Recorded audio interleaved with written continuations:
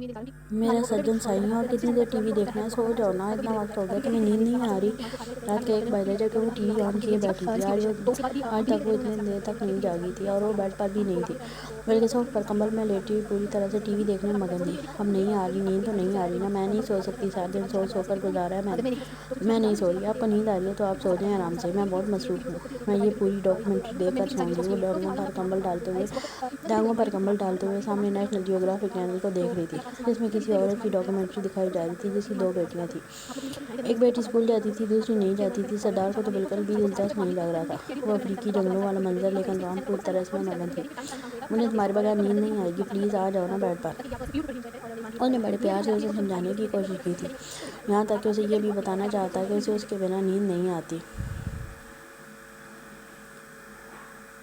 اوہ ہو ڈاکو جی، آپ کو میرے بنا نیند نہیں آتی تو پھر آپ انتظار کریں، کیونکہ جب تک یہ ختم نہیں ہو جاتا تب تک میں نے دیکھنا ہے۔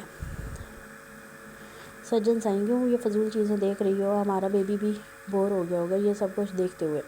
وہ پھر سے بیڈ سے اٹھتے ہوئے اس کے پاس آ چکا تھا۔ چپ کریں ڈاکو جی، ایسے نہیں بولتے۔ ہمارا بیبی یہ سب دیکھے گا تو اس کو معلومات ملے گی، دنیا میں کیا کیا ہو رہا ہے اس کو پتہ چلے گا۔ یہ سب کچھ تو اس کی ماما کو بھی پتہ نہیں تھا۔ دیکھے تو ذرا، دنیا میں اس طرح سے بھی لوگ رہتے ہیں۔ اب دیکھیں نا، ان لوگوں کے کتنے برے حالات ہیں، بیچارے کتنی مشکل سے زندگی گزارتے ہیں۔ اب وہ عورت صبح سے کھانے کا انتظار کر رہی ہے، نہ جانے کب اس کا شوہر آئے گا اور اسے کچھ کھانے کے لیے دے گا۔ کتنے برے حالات ہیں ان کے، اور وہ افسوس بھی کر رہی تھی جبکہ دیکھ بھی رہی تھی۔ یا اللہ، یہ کیا کہہ رہے ہیں؟ اس دفعہ وہ پھر سے ٹی وی کی طرف متوجہ ہوئی جب وہ ایک پتھر کے آگے 6 افراد ناچنے لگے تھے۔ وہ پتھر ان کا خدا ہے اور وہ اس کی پوجا کر رہے ہیں۔ سردار نے نفی میں ساری لاتے ہوئے وہیں زمین پر ہی اس کے ساتھ تکیہ رکھا تھا، جبکہ اپنا سر اس کے پیٹ کے قریب رکھتے ہوئے نہ چاہتے ہوئے بھی وہ فضول شو دیکھنے لگا تھا۔ ڈاکو جی، یہ پتھر کی پوجا کرتے ہیں؟ یہ پتھر کیا دے سکتا ہے؟ وہ سینٹر میں رکھے ہوئے پتھر کو دیکھ رہی تھی، جس کے آگے پیچھے راکھ کی لہر لگائی گئی تھی اور وہ اپنے لیے بنائے کھانے کو اس پتھر پر پھینک رہے تھے۔ ڈاکو جی، آپ تو کہہ رہے تھے ان کو کچھ کھانے کو نہیں ملتا، تو یہ اپنا کھانا پتھروں پر کیوں پھینک رہے ہیں؟ وہ حیرت سے سردار کو دیکھتے ہوئے سوال کرنے لگی، جبکہ وہ حیران کن انداز میں کبھی اسے کبھی ٹی وی کو دیکھ رہا تھا۔ ان کا بھگوان پہلے کھاتا ہے پھر وہ کھاتے ہیں، پہلے وہ لوگ چڑھاوا کرتے ہیں۔ سردار نے بتائے ہوئے انداز میں اسے سمجھانے والے انداز میں اسے بتایا تھا، یہ کون سا طریقہ ہے چڑھاوا کرنے کا؟ پہلے خود تو کھائیں، خود اپنے کھانے کے لیے کچھ ہے نہیں اور پتھر کو کھلا رہے ہیں۔ وہ تو برا ہی منا گئی تھی۔ ایک تو پوری ڈاکیومنٹری دیکھ کر وہ یہی سوچ رہی تھی کہ ان کو کھانا کب ملے گا، اور اب کھانا ملا تھا تو وہ بھی بھگوان کے نام پر اس پتھر کے حوالے کر رہے تھے، اور اب وہاں سے پتھر سے وہ اتار کر کھانا کھا رہے تھے۔ یہ کون سے لوگ تھے، کس چیز کو فالو کرتے تھے؟ چھی، یہ کتنے گندے ہیں ڈاکو جی، یہ پتھر سے کھانا مل کر کھا رہے ہیں۔ ہاں، یہی ان کے کھانے کا طریقہ ہے۔ ان کا ماننا ہے کہ ان کا خدا اس طرح سے انہیں اپنے ہاتھوں سے کھلاتا ہے۔ استغفر اللہ، اللہ کا بڑا کرم ہے جس نے ہمیں یہ دین دیا۔ یہ لوگ کتنے جاہل ہیں، اتنی محنت سے وہ آدمی کما کر لایا اور پھر جو ملا وہ بھی یوں پتھر پر مل کر کھا رہا ہے۔ استغفر اللہ، شکر ہے کہ ہم ان چیزوں سے دور ہیں۔ وہ بار بار استغفر اللہ کا وعد کر رہی تھی، جبکہ سردار اب ہلکا سا مسکرایا تھا۔ میری جان، اب اگر تمہارا دل بھر گیا ہو تو بند کر دو ٹی وی، سچ میں بہت نیند آ رہی ہے۔ وہ اسے دیکھتے التجائی انداز میں بولا تھا۔ اوہ ہو ڈاکو جی، پوری دیکھ کے سوئیں گے؟ اب اتنا سب کچھ دیکھ لیا ہے تو اور بھی دیکھ لیتے ہیں۔ اچھا یہ بتائیں، انہوں نے اپنی گردن پر وہ لوہے کا کیا باندھ رکھا ہے؟ اس کی توجہ ان کے دین مذہب سے ہٹ کر اب ان کی جویلری پر چلی گئی تھی۔ لمبی لمبی گردن میں موٹے موٹے کڑے یا کوئی چیز ڈالی گئی تھی، جس سے گردن لمبی اور انتہائی پتلی لگ رہی تھی۔ عورتوں کے سروں پر بال نہیں تھے، یہاں تک کہ لباس بھی انتہائی نامناسب تھا۔ یہ فیشن ہے میری جان، جس کی گردن سب سے لمبی ہوتی ہے وہ عورت سب سے زیادہ خوبصورت ہوتی ہے۔ وہ اچانک بولا تو اب کی دفعہ تو دعاؤں کا منہ ہی کھلا کا کھلا رہ گیا۔ ہاں، میں سچ کہہ رہا ہوں، بالکل ایسا ہی ہے۔ وہ لوگ ہر سال ایک کڑے کی تعداد بڑھا دیتے ہیں تاکہ ان کی گردن اور لمبی ہو جائے۔ یہ کافی تکلیف دہ عمل ہے، لیکن عورتوں کے لیے ان کی خوبصورتی سے زیادہ اہم اور کچھ بھی نہیں ہوتا۔ استغفر اللہ، استغفر اللہ، میں نہیں دیکھ رہی یہ سب کچھ۔ وہ فوراً سے ٹی وی بند کر گئی تھی۔ وہ اندازہ لگا چکی تھی کہ اس خوبصورتی کے لیے وہ کتنی زیادہ تکلیف جھیل رہی تھی۔ کم سے کم اس عورت نے اپنے گلے میں 10 سے زیادہ موٹے موٹے کڑے ڈال رکھے تھے، جبکہ اب کی دفعہ اس کے انداز پر سردار کہکا لگا کر ہنسا تھا۔ ارے ارے میرا بھولا سائیں، کیا ہوا؟ دیکھو نا، ابھی تو تمہاری ڈاکیومنٹری ختم نہیں ہوئی، اپنا شوق پوری طرح سے پورا کرو۔ نہیں پورا کرنا، میرا دل خراب ہو گیا ہے۔ عجیب طرح کے لوگ ہیں یہ، پتھروں کو کھانا کھلاتے ہیں اور فیشن کے نام پر خود کو اذیت دیتے ہیں۔ میرا بچہ ایسی گندی چیزیں نہیں سیکھے گا۔ وہ اٹھ کر بیڈ کی طرف آتے ہوئے بولی تو سردار بھی اس کا کمبل اٹھا کر واپس بیڈ پر آ گیا تھا۔ شکر تھا اس کا ڈاکومنٹری کا بھوت تو اترا تھا۔ وہ اس کے لیٹنے پر اس کے اوپر کمبل ڈالتے ہوئے خود بھی اس کے ساتھ ہی لیٹ کر لائٹ آف کرنے لگا تھا۔ آپ کی ڈکیتی کا ٹائم ختم ہو گیا نا؟ وہ اچانک کچھ سوچ کر بولی۔ سردار مسکرا دیا تھا۔ یہ تو وہ بہت اچھے طریقے سے جانتا تھا کہ اسے ڈکیتی سے روکنے کے لیے ہی وہ اب تک جاگ رہی تھی، ورنہ 2-3 دفعہ وہ اس کو نیند میں جاتے ہوئے نوٹ کر چکا تھا۔ ہاں، میری ڈکیتی کا ٹائم ختم ہو گیا، اب میں کہیں نہیں جا رہا۔ وہ نرمی سے اس کے ماتھے کو چومتے ہوئے اس پر کمبل برابر کرتا اس کے ساتھ ہی لیٹتے ہوئے اس کے گرد اپنا آثار بنا گیا تھا۔ شکر ہے اب ایسے روکا کروں گی میں آپ کو۔ جب تک آپ کی ٹائمنگ ختم نہیں ہوتی تب تک میں سویا ہی نہیں کروں گی، پھر دیکھتی ہوں کیسے جاتے ہیں آپ مجھے چھوڑ کر۔ وہ اپنی ہی پلاننگ بنا رہی تھی جب وہ مسکراتے ہوئے اسے مزید اپنے قریب کرتا آنکھیں بند کر گیا۔ وہ اپنی چھوٹی چھوٹی کوششیں کرتی تھی، لیکن اب سردار ان سب چیزوں میں بہت آگے نکل چکا تھا۔ اس کا واپس جانا ممکن نہیں تھا، خواہ وہ کتنی ہی کوششیں کیوں نہ کر لے۔ اب حقیقت یہی تھی کہ اسے ان سب چیزوں کے ساتھ ہی قبول کرنا تھا۔ 2 بڑی ڈکیتیاں نظر میں ہیں۔ ایک تو اچھا خاصا فائدہ ہوگا۔ گاؤں میں ایک بڑے سیٹھ کی اکلوتی بیٹی کی شادی ہے۔ پورا گاؤں ہی اس شادی میں جانے والا ہے۔ یہ بھی جو ہماری نظر میں ہے۔ وہ دوام کو ٹھنڈی ہوا لگوانے کے لیے ندی پر آیا تو بالا اور جھمرو بھی اس کے پیچھے پیچھے ہی آ گئے تھے۔ وہ اسے باتیں کرنے میں مصروف تھا جب بالا نے اسے آ کر معلومات دی تھی۔ شادی ہے؟ کس کی شادی ہے ڈاکو جی؟ وہ اس کی آخری بات سن چکی تھی، تبھی ایکسائٹیڈ ہو کر پوچھنے لگی تھی۔ یقیناً اسے ان کی پوری بات سمجھ نہیں آئی تھی، لیکن جتنی سمجھ آئی تھی اسے لے کر وہ بہت ایکسائٹیڈ ہو گئی تھی۔ کسی کی شادی نہیں ہے سجن سائی، گاؤں میں کسی کی شادی ہو رہی ہے، وہ بتا رہا ہے۔ وہ نرمی سے بولا تھا۔ اب دوام کافی بہتر ہے، کل اسے اسپتال لے کر جاؤں گا اس کا پورا چیک اپ کروانے کے لیے۔ باقی ان لوگوں کے بارے میں کچھ پتہ چلا؟ وہ بالا کو اپنے پیچھے آنے کا اشارہ کرتے ہوئے دوام سے تھوڑا فاصلے پر ہو گیا تھا۔ وہ اس کے سامنے کوئی خطرناک بات بھی نہیں کرنا چاہتا تھا جس سے وہ گھبرائے یا ڈرے پھر اس کے بچے پر برا اثر پڑے۔ سردار، پتہ تو چلا ہے لیکن یقین کرنا تھوڑا مشکل ہے۔ سننے میں آیا ہے کہ راکا ڈاکو جیل سے آزاد ہو گیا، لیکن ابھی اس کے بارے میں کوئی پوری معلومات نہیں۔ بس ایک خبر ملی تھی جو میں تمہیں بتانے کے لیے آ گیا ہوں۔ تو یہ سب کچھ راکا ڈاکو ہی کر رہا ہے۔ جتنی معلومات ملی ہے اتنی ہی کافی ہے۔ اتنا جان لیوا حملہ مجھ پر اور کوئی نہیں کر سکتا۔ وہ ہلکا سا مسکرا کر بولا تھا۔ یہ تو صرف باتوں ہی باتوں میں بات نکلی، ابھی کچھ کنفرم نہیں ہے۔ پہلے ٹھیک سے انفارمیشن لوں گا، پھر آ کر تمہیں بتاؤں گا۔ ہو سکتا ہے راکا ڈاکو ابھی جیل میں ہی ہو، کیونکہ اس کے سارے گناہ اس پر ثابت ہو گئے تھے۔ وہ جیل سے آزاد نہیں ہو سکتا، اسے عمر قید ہوئی تھی۔ اس نے مرنا بھی جیل میں ہی تھا، تو وہ باہر کیسے آ سکتا ہے؟ بالا کے پاس ایک بہت بڑی وجہ تھی شک نہ کرنے کی۔ جبکہ سردار نے ایک نظر اسے دیکھا تھا، پھر ہاں میں سر ہلایا۔ کسی اور میں اتنی ہمت نہیں ہے بالا، یہ کام راکا ڈاکو کا ہی ہے اور مجھے کوئی مارنے کے لیے اس حد تک نہیں جا سکتا۔ اسے میرا قبیلہ چاہیے، میری سرداری چاہیے۔ وہ واپس اپنی کرسی چھیننا چاہتا ہے، لیکن ہمیں اسے سمجھانا ہوگا کہ اب سرداری کی کرسی کو بھی سردار دلدار یلغار کی عادت ہو چکی ہے۔ اب کوئی اور ڈاکو اس کرسی کو قبول نہیں ہے۔ وہ ہلکی سی مسکراہٹ کے ساتھ بولا تو بالا بھی مسکرایا تھا۔ بالکل، ہمیں تو ہمارا ڈاکو ہی چاہیے اس کرسی پر، اور کوئی ڈاکو کبھی آ ہی نہیں سکتا۔ کیوں نہیں آ سکتا؟ میرے بعد میرا بالا یہاں کی حکومت سنبھالے گا۔ وہ اس کے کندھے پر ہلکا سا زور دیتے ہوئے بولا تو بالا نے نفی میں سر ہلایا تھا۔ تمہارے بعد نہیں سردار، تمہارے ساتھ، کیونکہ اگر تم نہیں تو بالا بھی نہیں۔ اگر بالا ہے تو سردار سے ہے، اور اگر سردار نہیں تو بالا کو بھی کچھ نہیں چاہیے۔ مجھے سرداری پسند ہے، لیکن تمہارے ہوتے ہوئے تمہارے بغیر بالا کو اپنا آپ بھی پسند نہیں۔ اس لیے آج کے بعد یہ فضول بات مت کرنا۔ تم ہو اور تم ہی رہو گے، تمہارے بعد بھی تم ہی رہو گے۔ ہاں، لیکن قبیلے والوں پر رعب جمانا پسند ہے مجھے، بالا شرارتی مسکراہٹ کے ساتھ بولا تو وہ اس کے گرد اپنا آثار بناتا اسے اپنے سینے سے لگا گیا تھا۔ وہ جانتا تھا بالا اسے بے تحاشا چاہتا ہے، اور بالا پر اس کا یقین بھی تھا۔ وہ کسی اور پر اتنا یقین نہیں کر سکتا تھا جتنا یقین وہ بالا پر کرتا تھا، جس کے ساتھ اس کا بچپن گزرا تھا۔ اس کی ہر سانس کا گواہ تھا اس کا بالا، اس کے ہر دکھ کا گواہ تھا اس کا بالا۔ ان دونوں میں دوستی کی ایک بڑی وجہ یہ بھی تھی کہ انہوں نے جو بھی دکھ سہے تھے ایک ساتھ سہے تھے، جو بھی تکلیفیں سہی تھیں ایک ساتھ سہی تھیں، اور اگر وہ دونوں ایک دوسرے کی خوشیوں کے ساتھی تھے تو وہ ایک دوسرے کے دکھ کے بھی ساتھی تھے۔ دور کھڑے دوام اور جھمرو انہیں دیکھ کر مسکرا رہے تھے، حالانکہ اس پیار کی وجہ بھی جاننا چاہتے تھے جس پر وہ دونوں ایک دوسرے کو دیکھتے قدم آہستگی سے ان کی طرف بڑھاتے ہوئے ان کے پاس آ گئے تھے۔ جھمرو بھیا، میں بول رہی ہوں، یہ دونوں چوری چوری کسی شادی پر جانے کا ارادہ رکھتے ہیں اور ہمیں اپنے ساتھ لے کر نہیں جانا چاہتے۔ وہ جھمرو کو دیکھتے ہوئے بولی، ارے سجن سائی، ہم کسی شادی پر نہیں جا رہے، بس وہ بالا باتیں کرتا تھا بچپن یاد کر رہا تھا۔ وہ مسکرا کر سمجھانے لگا، جس پر دوام نے نفی میں سر ہلایا تھا۔ جھمرو بھیا، یہ ہمیں بہلا رہے ہیں، میں نے خود اپنے کانوں سے سنا ہے۔ یہ کسی شادی پر جانے کی بات کر رہے تھے۔ وہ پھر سے بولی تھی، ارے شادی پر جانے کی نہیں، بالا کی شادی کروانے کی بات کر رہے ہیں۔ میں کہہ رہا ہوں میری شادی کروا دو، لیکن تمہارے شوہر کو مجھ پر ترس نہیں آتا، ساری زندگی کنوارا مارے گا مجھے۔ میں یقین سے کہہ سکتا ہوں میری جوانی کنوارے ہی کٹ جائے گی اس آدمی کے ساتھ بیٹھے بیٹھے۔ بالا نے پھر سے اپنا رونا دھونا شروع کر دیا تھا، جس پر دھوام اور جگنو ایک دوسرے کو دیکھتے سر پر ہاتھ مارتے ہوئے وہاں سے نکل چکے تھے۔ ان کے پاس اتنا ٹائم نہیں تھا کہ وہ بالا کی دعائیاں سنتے۔ یہ دیکھا اپنی بیوی کو، کوئی بندہ میری شادی میں انٹرسٹ نہیں دکھا رہا، کسی بندے کو دلچسپی نہیں ہے مجھے دولہا بننے دیکھنے میں۔ ارے تمہیں پتہ بھی ہے کتنی رسمیں ہوتی ہیں بہنوں کے پیسے لوٹنے والی؟ ارے میں دونوں ہاتھوں سے لٹاؤں گا تم پر، مجھے دولہا بنا دو۔ وہ اس کے پیچھے جاتے ہوئے بول رہا تھا، جبکہ سردار مسکراتے ہوئے ندی کی طرف مڑا، اپنی جیب سے کچھ نکالتے ہوئے ندی میں پھینکنے لگا تھا۔ وہ تھوڑی دیر میں ندی میں کچھ پھینکتا تو پانی پر ایک ہلکا سا دائرہ بنتا، اور پھر اچانک ہی وہاں مچلتی مچھلیاں اس چیز کو حاصل کر کے واپس پانی کے اندر چلی جاتی تھیں۔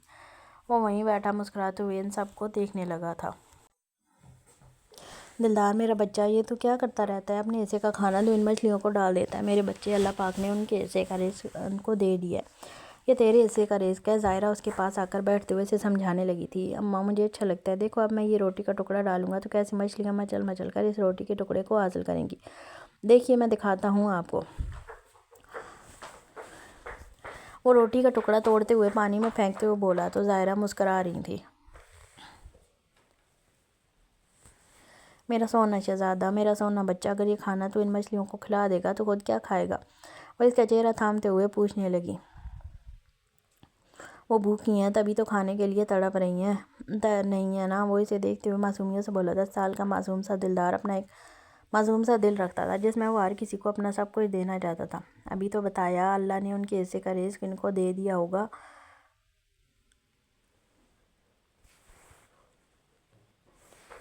نہیں امی، مجھے نہیں لگتا، مجھے لگتا ہے اللہ نے ان کے حصے کا رزق یہاں میرے حصے میں ڈال دیا ہے، تبھی تو میری بھوک ختم ہو گئی، پھر بھی اتنا زیادہ کھانا بچ گیا ہے، تبھی تو میں دینے کے لیے آیا ہوں۔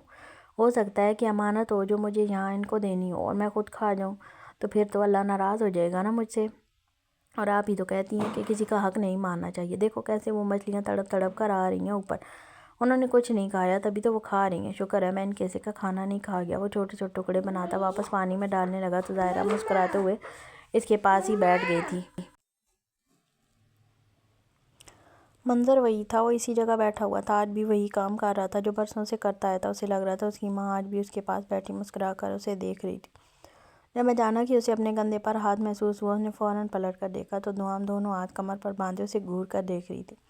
پلاننگ بنا رہے ہیں نا یہاں بیٹھ کر کہ خود شادی پر جائیں گے، تو دھوام کو کیسے یہاں چھوڑ کر جائیں؟ میں پہلے بتا رہی ہوں، میں آپ شادی پر جائیں گے تو میں بھی ساتھ چلوں گی، میں نے کتنے عرصے سے کسی کی شادی نہیں دیکھی۔ وہ اس کے ساتھ بیٹھتے ہوئے بولی، جبکہ بات اب بھی وہی تھی، اس نے خود سنا تھا بالا کے منہ سے کہ کہیں گاؤں میں شادی ہے، اور پھر شادی کی بات ہو رہی تھی تو یوں ہی تو نہیں ہو رہی تھی نا، ضرور وہ کسی شادی پر جا رہا تھا۔ جبکہ دھوام کی نظر اس خوبصورت نیلے جوڑے پر تھی جو سردار نے اس کے لیے لا کر الماری میں رکھا ہوا تھا، لیکن اسے سمجھ نہیں آتا تھا وہ جوڑا پہن کر کہاں جائے، کیونکہ وہ اتنا ہیوی اور خوبصورت جوڑا تھا، جب تک کوئی بڑا فنکشن نہ ہو تب تک وہ اسے پہن نہیں سکتی تھی، اور اب اسے یقین تھا وہ کہیں نہ کہیں شادی پر جانے والا ہے، اس کا ارادہ اس کے ساتھ جانے کا تھا۔ سجن صحیح کہیں کوئی شادی نہیں ہے، بالا صرف سرسری انداز میں بتا رہا تھا، گاؤں میں کسی کی شادی ہو رہی ہے، رات کو فائرنگ کی آواز آ رہی تھی نا، اس لیے میں نے پوچھا کہاں سے آواز آئی تھی تو اس نے بتایا تھا۔ اب کی دفعہ سردار نے نرمی سمجھایا تو وہ منہ بنا گئی، کیا مطلب کہیں شادی نہیں ہے؟ یعنی نیلا جوڑا پہننا پھر سے کینسل، پتہ نہیں کب ہوگی کسی کی شادی۔ بالا بھیا کی شادی پر پہنوں گی، کرواؤ بالا بھیا کی شادی، کنوارے رہ رہ کر دماغ سٹک گیا ان کا، امی کی شادی کرواؤ تاکہ مجھے کوئی فائدہ ہو۔ وہ اب جیسے فیصلے پر پہنچ گئی تھی، لیکن اس کا حکم ملتے ہی سردار نے اپنے سینے پر ہاتھ رکھتے ہوئے سر کو خم دیا تھا۔ جی میرا سجن صاحب، میں جلدی کوئی انتظام کرتا ہوں۔ وہ نرمی سے اس کے ماتھے کو چومتے ہوئے دوبارہ پانی کی طرف متوجہ ہو گیا تھا۔ اس کے ہاتھ میں موجود ساری مچھلیوں کی خوراک ختم ہوتی جا رہی تھی، جبکہ دھوام نے شاپر سے تھوڑی سی خوراک نکال کر خود پانی میں پھینکی تھی، اور پھر جیسے ہی خوراک حاصل کرنے کے لیے مچھلیاں اوپر آئیں وہ چہک اٹھی تھی۔ ڈاکو جی اور نہیں ہے؟ وہ شاپر خالی دیکھتے ہوئے اس سے پوچھنے لگی تھی۔ نہیں بس ختم ہو گیا، وہ شاپر ایک طرف پھینک چکا تھا، جبکہ وہ منہ بناتے اس کے کندھے پر سر رکھ گئی تھی۔ اچھا کل لے کر آئیے گا، میں ڈاکو ڈالوں گی، وہ بولی تو سردار اس کے کندھے پر ہاتھ رکھتا اسے اپنے مزید قریب کر کے بیٹھ گیا، جبکہ وہ دونوں کتنی دیر یوں ہی بیٹھے اس ندی کو دیکھتے رہے۔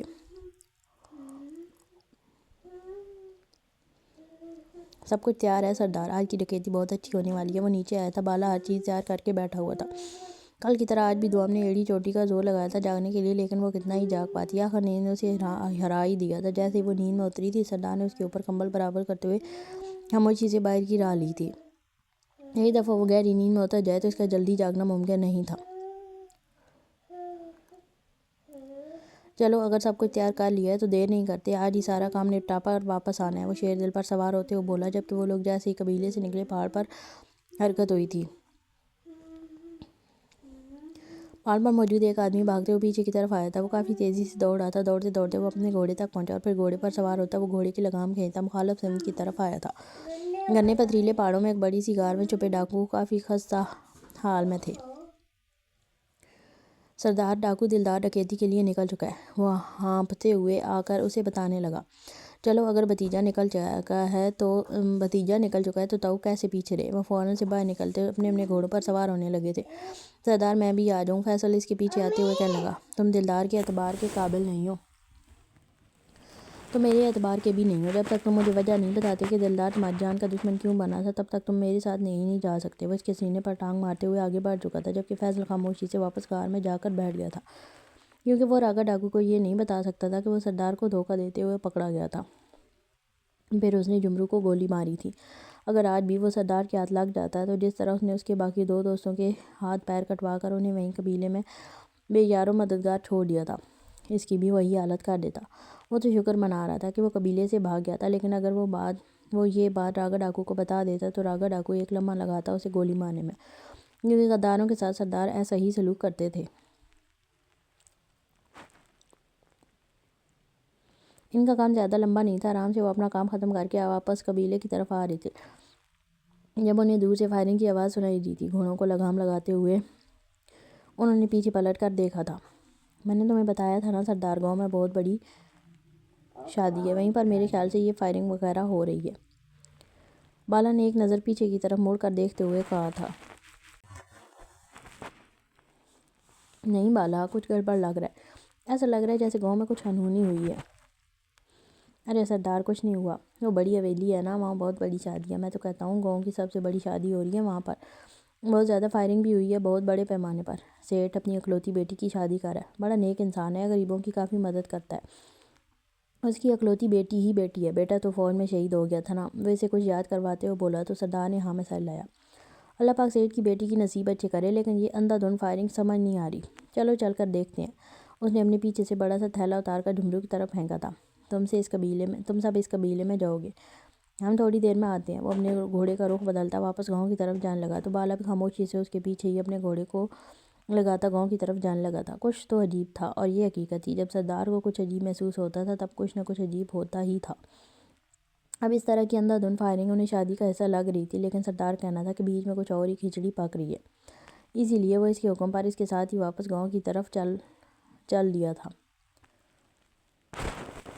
ان کی سوچ کے عین مطابق گاؤں میں کچھ گڑبڑ تھی۔ وہ جیسے ہی اس علاقے میں داخل ہوئے جہاں شادی کی چہل پہل ہونی چاہیے تھی، وہ سمجھ گئے تھے یہاں کچھ عجیب اور غلط ہوا تھا۔ وہ دونوں وہیں بے حس و حرکت رک گئے تھے، ان کے گھوڑے بنا آواز پیدا کیے انہیں سامنے کا منظر دکھا رہے تھے، جہاں صحن میں کچھ لاشوں پر سفید رنگ کا کپڑا ڈالا گیا تھا۔ پولیس بھی وہاں موجود تھی، یہاں تک کہ ریان اکرم بھی وہیں پر تھا۔ معاملہ کافی گڑبڑ لگ رہا تھا۔ سردار نے ایک نظر بالا کو دیکھا۔ سردار مجھے ماحول ٹھیک نہیں لگ رہا، میرے خیال میں ہمیں یہاں نہیں رکنا چاہیے، ہمیں یہاں سے چلنا چاہیے۔ بالا اسے دیکھتے ہوئے بولا تو سردار نے ہاں میں سر ہلایا تھا۔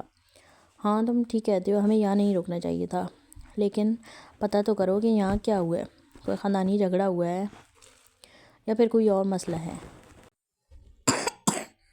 سردار نے کہتے ہوئے وہیں سے گھوڑا دوسری طرف پھیر گیا تھا، جبکہ بالا بھی اس کے پیچھے ہی آیا تھا۔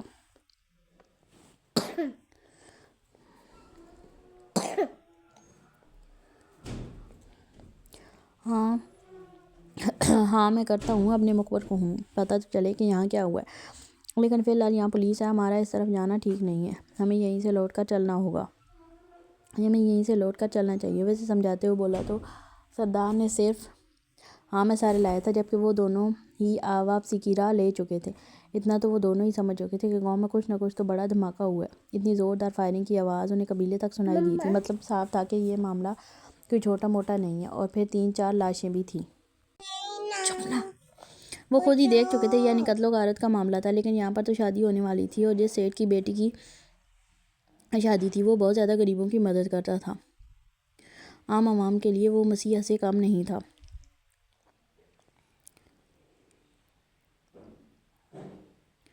لوگوں کی بہت مدد کرتا تھا، بہت اچھا انسان تھا، نہ جانے اسے کس نے مار دیا۔ وہ واپس قبیلے کی طرف جا رہے تھے جب بالا نے پریشانی سے کہا، اچھے لوگ جلدی مر جاتے ہیں بالا، اچھے لوگوں کو کوئی جینے نہیں دیتا، ایسے لوگوں کے دشمن بھی بہت ہوتے ہیں۔ اسے بھی افسوس ہو رہا تھا ایک اچھے انسان کے دنیا سے چلے جانے کا، جبکہ وہ تیزی سے واپس قبیلے کی طرف بڑھ رہے تھے۔ میں جس شادی کے بارے میں دن میں بات کر رہا تھا، یہ وہی شادی تھی۔ ابھی ہم جہاں ڈکیتی کے لیے گئے تھے، اس گھر کے سارے لوگ بھی اسی شادی پر آئے ہوئے تھے۔ قبیلے میں داخل ہوتے ہی بالا نے اسے ایک اور بات بتائی، جس پر وہ خاموشی سے سر ہلاتے ہوئے قبیلے میں اپنے گھوڑے کو روکتے ہوئے گھوڑے سے اترا تھا، جبکہ گھوڑے کی لگام بالا کے حوالے کرتے ہوئے اوپر اپنے کمرے کی طرف چلا گیا تھا، ڈر تھا کہ کہیں دوام جاگ نہ گئی ہو۔ وہ کمرے میں داخل ہوا تو دوام گہری نیند سو رہی تھی، جسے دیکھتے ہی وہ پرسکون ہو گیا، اور وہ اسی لیے جلدی جلدی واپس آنا چاہتا تھا، کہیں وہ جاگ نہ جائے۔ ویسے تو وہ جانتی تھی کہ وہ لازمی جائے گا، ڈکیتی وغیرہ چھوڑنا اس کے بس سے باہر تھا، اس پر بہت ساری ذمہ داریاں تھیں، اور وہ چاہتی تھی کہ وہ اس کام سے پوری طرح سے کنارہ کشی اختیار کر لے، لیکن وہ اس کا دل بھی نہیں دکھانا چاہتا تھا۔ وہ ہرگز نہیں چاہتا تھا کہ وہ اس کو اداس کرے یا پھر وہ اس کی اداسی کی وجہ بنے، تبھی وہ اس کے سونے کے بعد نکلتا تھا تاکہ اسے پتہ ہی نہ چلے کہ وہ ہو کر آ گیا ہے۔ پرسوں رات بھی اسے سکون ملا تھا، آرام سے وہ اپنا کام کر کے آ گیا تھا، اور آج رات بھی ایسا ہی ہوا تھا۔ حالانکہ آج رات بھی اس نے کافی دیر تک جاگنے کی کوشش کی تھی کہ کسی بھی طریقے سے اسے روک لے،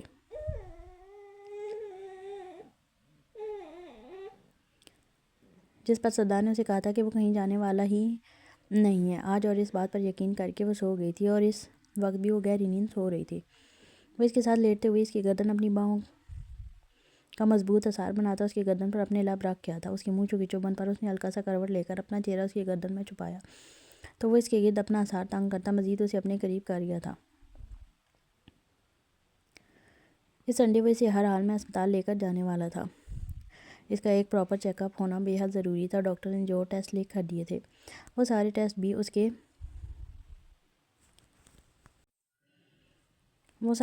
اس کے لازمی کروانے تھے۔ وہ اپنے بچے پر کسی طرح کا رسک نہیں لینا چاہتا تھا، لیکن دعا اس واقعے سے بہت زیادہ ڈر گئی تھی۔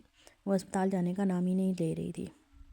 وہ 3 دن سے مسلسل اسے منانے کی کوشش کر رہا تھا، لیکن مسلسل ناکامیاب ہو رہا تھا۔ وہ اپنے ذہن سے اس واقعے کو نکالنے میں کامیاب نہیں ہو سکی تھی، اس لیے اب اس نے اسے سنڈے چلنے کے لیے منایا، اور آخرکار وہ مان گئی تھی۔ دوام سچ مچ میں اس کی خوشیوں کی وجہ بن کر آئی تھی، بلکہ وہ وجہ بھی نہیں، وہ اس کی خوشیاں بن کر آئی تھی۔ وہ اپنی ذات سے اسے بہت بڑی خوشی دینے والی تھی۔ ویسے تو دوام خود ہی اس کے لیے کسی تحفے سے کم نہیں تھی، لیکن اللہ نے اس کے ذریعے سے اولاد کے تحفے سے نواز دیا تھا، اور بھلا اسے کیا چاہیے تھا۔ وہ بہت خوش تھا، بے حد خوش، ایسا لگتا تھا اسے غم کہیں بہت پیچھے چھوٹ گیا، وہ صرف خوشیاں ہی خوشیاں ہوں جسے وہ سمیٹ لینا چاہتا تھا۔ اس وقت بھی وہ اسے سمیٹ چکا تھا اپنی باہوں میں، اسے پوری طرح سے قید کرتے ہوئے اس کو اپنے سینے میں چھپا چکا تھا، جہاں اس کے دل میں اپنی دوام کے لیے بے تحاشا محبت تھی، دیوانگی تھی، ایک جنون تھا جو دوام کو اسے الگ نہیں ہونے دیتا تھا۔ بہت بہت مبارک ہو ڈاکٹر بیلا، آخر آپ نے انٹرنشپ حاصل کر لی۔ مجھے آپ سے پوری امید تھی، آپ کے اسپتال میں، آپ کے اور سٹی ہاسپٹل میں ڈاکٹر رضوان کا۔ مجھے آپ دونوں کو دیکھتے ہی یقین ہو گیا تھا کہ آپ لوگ اس اسپتال کے لیے بنے ہوئے ہیں۔ مجھے بہت خوشی ہو رہی ہے آپ کو اس اسپتال میں دیکھ کر۔ سینئر ڈاکٹر رضا الاق اس کے سامنے کھڑے تھے۔ 2 دن پہلے فائنلی ان کے ٹیسٹ کا رزلٹ آ گیا تھا۔ تقریباً 36 سے زیادہ ڈاکٹرز کے بیچ کا مقابلہ تھا، جن میں سے صرف 3 ڈاکٹر ہی اس پوزیشن کو جیت پائے تھے۔ کراچی کے بڑے اسپتالوں میں انٹرنشپ کرنا ان سب کا خواب تھا، کیونکہ یہاں کے ڈاکٹرز نہ صرف بہت زیادہ قابلیت رکھتے تھے، بلکہ یہاں پر بہت بڑے بڑے سرجنز بھی باہر کے ملکوں سے بلائے جاتے تھے، جن کے ساتھ رہتے ہوئے انہیں بہت کچھ سیکھنے کا موقع مل سکتا تھا، اور بیلا نے یہ اسکالرشپ حاصل کرنے کے لیے جان لگا دی تھی۔ تبھی تو آج وہ اس وقت بڑے اسپتال میں کھڑی تھی۔ پچھلے کچھ دنوں سے وہ اسی اسپتال میں بہت انکمفرٹیبل فیل کر رہی تھی۔ ڈاکٹر ناصر نے یقیناً وہ ساری باتیں کسی نہ کسی جونیئر کے سامنے کی تھیں، تبھی تو یہ بات پھیل گئی تھی کہ ڈاکٹر بیلا کا کسی ڈاکو کے ساتھ افیئر چل رہا ہے۔ اسپتال میں وہ جہاں بھی ہوتی یہی سارے ذکر کرنے لگتے، یہاں تک کہ اس کے ساتھ ہی ڈاکٹرز کو کونے میں کھڑے ہو کر اس کی ذات پر گفتگو کرتے تھے۔ وہ بہت انکمفرٹیبل ہو رہی تھی اس ماحول میں، وہ جلد سے جلد وہاں سے نکلنا چاہتی تھی، اور اس کی محنت رنگ لے آئی۔ آج اس کا یہاں پہلا دن تھا، اور پہلے ہی دن اس کے لیے بہت زیادہ تعریفیں لیے ہوئے آیا تھا۔ اس کے کام میں کی نہ صرف بہت زیادہ تعریف کی جا رہی تھی، بلکہ وہ لوگ اسے مسلسل کسی نہ کسی کام میں الجھائے ہوئے تھے۔ یہاں پر پیشنٹس بھی زیادہ تھے، اور ڈاکٹر کا عملہ بھی بہت بڑا تھا۔ ہر کسی سے کچھ نہ کچھ سیکھنے کا موقع مل رہا تھا۔ بیلا جانتی تھی یہاں سے نکل کر وہ ایک بہت کامیاب ڈاکٹر بنے گی، اور اس وقت بھی وہ پوری طرح سے اپنی جان لگا رہی تھی۔ اس وقت وہ چلڈرن وارڈ میں تھی جہاں پر بہت سارے بچوں کے بیچ میں خود بھی بچی بنی ہوئی تھی، جب اچانک ہی 2 ڈاکٹر تیزی سے چلڈرن وارڈ سے باہر بھاگتے ہوئے سامنے والے پرائیویٹ روم کی طرف بھاگے تھے۔ وہ بھی ان کی افراتفری دیکھتے ہوئے تیزی سے ان کے پیچھے لپکی۔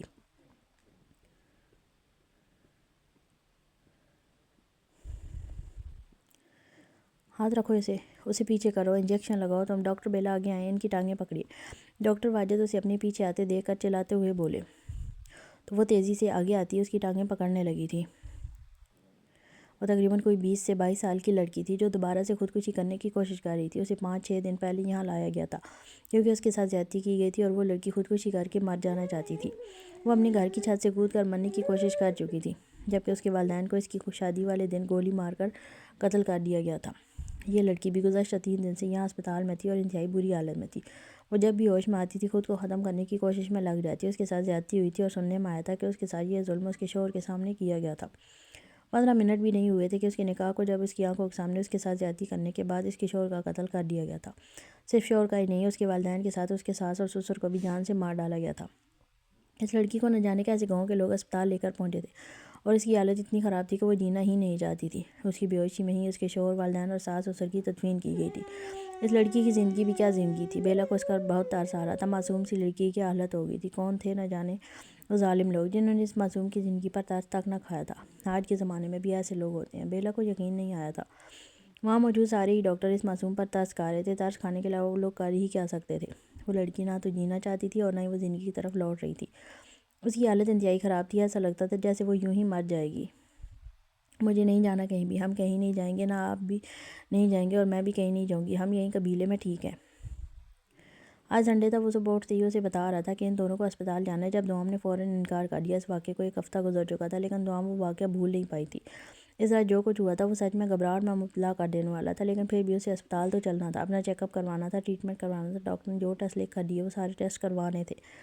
وہ ان چیزوں میں بے احتیاطی نہیں کر سکتا تھا۔ وہ 2-3 دفعہ ڈاکٹر ہو کر گئی تھی لیکن پھر بھی یہی کہا تھا کچھ ٹیسٹ اسپتال میں ہی ہوں گے اور اگر وہ ٹیسٹ ضروری نہ ہوتے یقیناً ڈاکٹر بار بار نہیں کہتی، لیکن یہ بات اب اسے دوام کو سمجھانی تھی۔ میرا سونا مکڑا، تم نے سنڈے کا کہا تھا اور آج سنڈے آ چکا ہے۔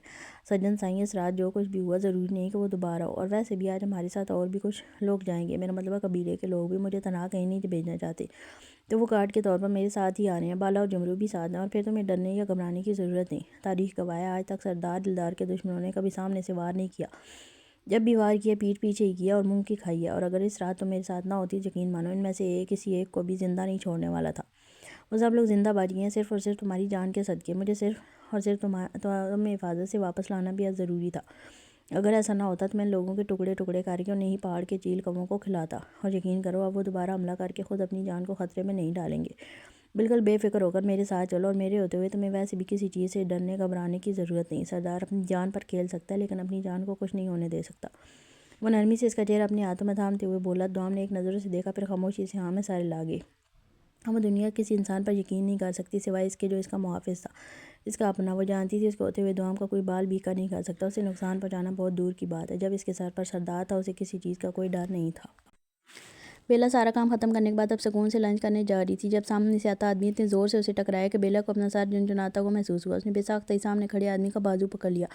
اس سے پہلے وہ گرتی وہ آدمی بھی اسے سہارا دینے کے لیے اس کی کمر میں ہاتھ ڈال چکا تھا، لیکن انداز بیلا کو ایسا محسوس ہوا جیسے اس آدمی جان بوجھ کر اسے اس طرح سے تھاما ہے، لیکن اس سے پہلے وہ کچھ بھی کہہ پاتی اس کی سیاہ آنکھوں میں نگاہ جاتے ہی لمحات جیسے رک سے گئے۔ وہ 1 سیکنڈ میں اسے پہچان چکی تھی۔ تم میرا پیچھے کرتے کرتے یہاں تک آ گئے، وہ غصے سے گھور کر کہتی، ایک دھکا دے کر اپنے اسے پیچھے کرتے ہوئے خود اس سے فاصلے پر جا کھڑی ہوئی۔ میں پیچھا کرتے کرتے یہاں تک آیا ہوں یا تم میرا پیچھا کرتے کرتے یہاں تک آ گئے ہو؟ یعنی تمہیں پتہ چل گیا کہ دوسرے اسپتال میں کم ہی آتا ہوں، اس لیے تم نے اپنی شفٹنگ اس اسپتال میں کر لی جہاں میرا ہر دوسرے دن آنا جانا ہوتا ہے۔ اتنی بھی کیا بے قراری، میں تو تمہیں پہلے ہی بتا چکا ہوں کہ مجھے جلدی تم سے شادی کرنی ہے، تو دیکھو شادی سے پہلے مجھے اس طرح سے ملنا جلنا ٹھیک نہیں لگتا۔ پہلے ہی اپنے اسپتال میں تم نے اپنے جھنڈے لگا دیے ہیں کہ ڈاکو کے ساتھ تمہارا چکر چل رہا ہے، اب یہاں بھی یہی سب کچھ کرنے کی ضرورت نہیں ہے۔ دیکھو میں دھوم دھام سے بارات لے کر آؤں گا، عزت سے اپناؤں گا تمہیں ہرگز اس طرح پریشان ہونے کی ضرورت نہیں ہے میری جان۔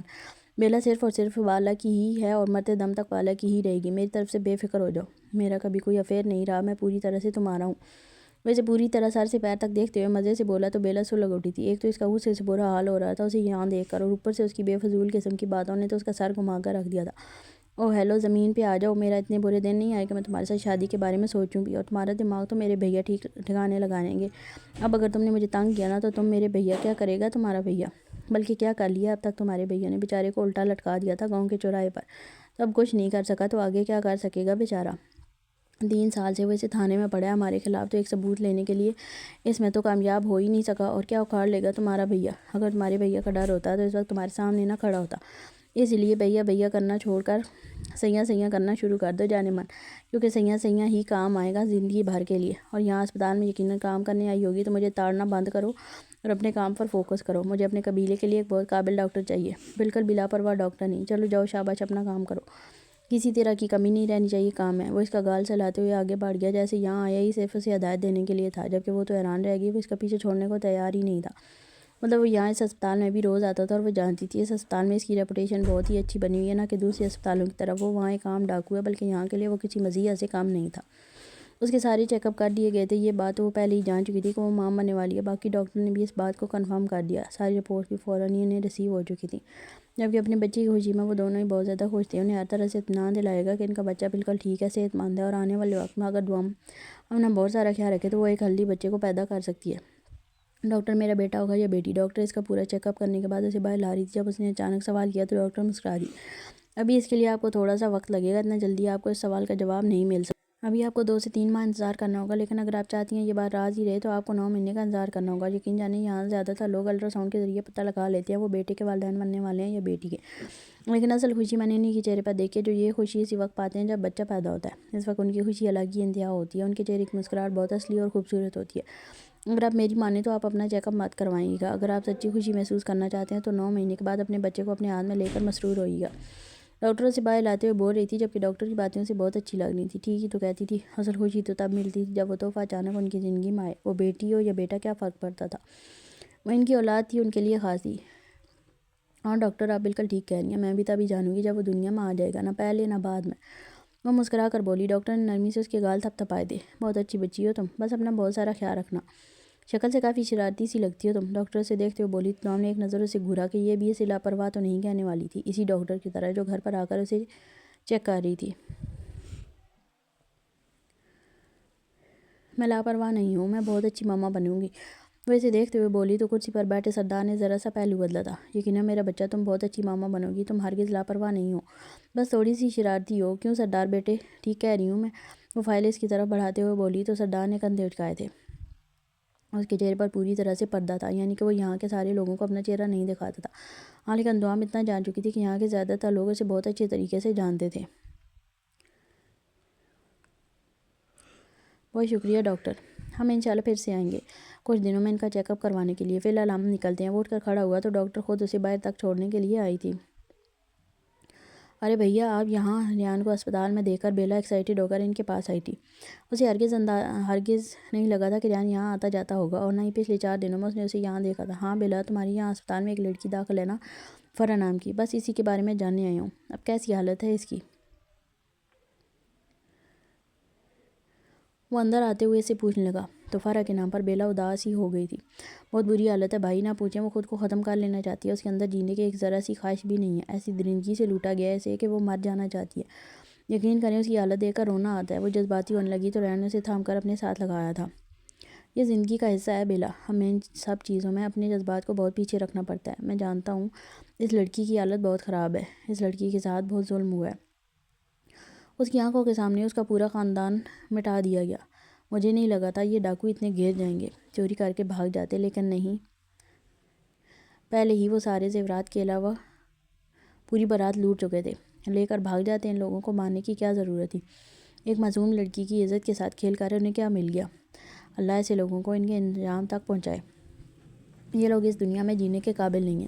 میں ڈکیت قبیلے کے ڈاکوؤں کو اتنا غلط ہرگز نہیں سمجھتا تھا، مجھے لگتا تھا کہ وہ صرف ڈکیتیاں کرتے ہیں، لیکن وہ اتنا گر سکتے ہیں یہ کبھی میرے وہم و گمان میں بھی نہیں آیا تھا۔ مجھے کبھی نہیں لگا تھا کہ ڈاکو دلدار کے قبیلے کے لوگ ایسے ہو جائیں گے۔ قتل و غارت ان کے لیے عام بات تھی، لیکن زنا، زیادتی یہ کوئی عام بات نہیں ہے۔ اب تک یقین نہیں آ رہا کہ ڈکیت قبیلے کے لوگوں نے ایک معصوم لڑکی کے ساتھ زیادتی کرتے ہوئے اس کے پورے خاندان کا قتل کیا اور پھر پوری بارات کو لوٹ کر چلے گئے۔ وہ پریشانی سے اسے بتا رہا تھا، جبکہ بیلا اس کی ایک ایک بات سنتی حیران ہو رہی تھی۔ آج صبح اسپتال میں ایک بہت بڑی رقم جمع کروائی گئی تھی ڈکیتوں کی طرف سے، جو ان غریب بچیوں کے علاج کے لیے تھی۔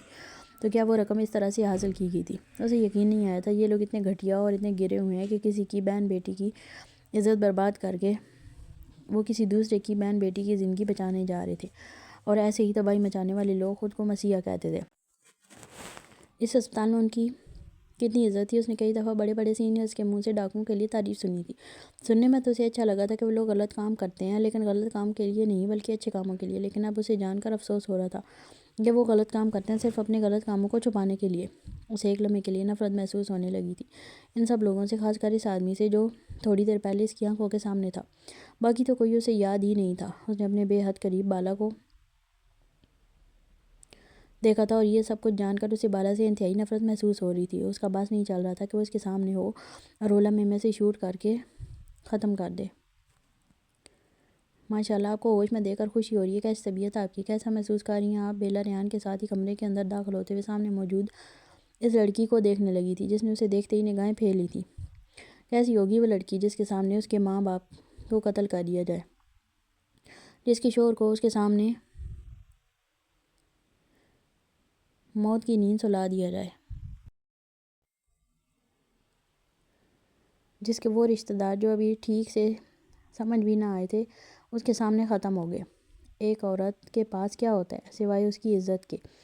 اگر اس کی عزت ہی لٹ جائے تو وہ کیسی ہوگی؟ وہ اسے دیکھتے ہوئے عجیب سے انداز میں بولی تو بیلا اپنے ہی سوال پر تھوڑی شرمندہ سی ہو گئی تھی۔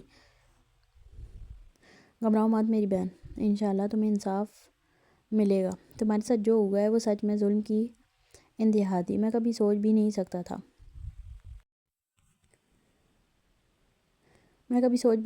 تھا یہ لوگ اس انتہا تک جا سکتے ہیں، اتنا گر سکتے ہیں۔ مجھے نہیں لگتا تھا کہ ان سب چیزوں کے بارے میں سردار کو پتہ ہوگا، کیونکہ سردار دلدار اس طرح کا ناانصاف ہرگز نہیں ہے۔ میں خود نہیں جانتا تمہارے ساتھ ظلم کی یہ انتہا ہوئی تو ہوئی کیسے۔ میں دعوے سے کہہ سکتا ہوں کہ سردار دلدار ان سب چیزوں سے بے خبر ہے۔ اس کا دل اس بات کو ماننے کو تیار ہی نہیں تھا کہ سردار دلدار کے ہوتے ہوئے اس طرح کا کچھ ہو سکتا ہے۔ اس کے قبیلے کے لوگ ایسا قدم اٹھا سکتے ہیں، لیکن اس لڑکی کی حالت بھی تو اس کے سامنے ہی تھی، جو نفرت سے اسے دیکھ رہی تھی۔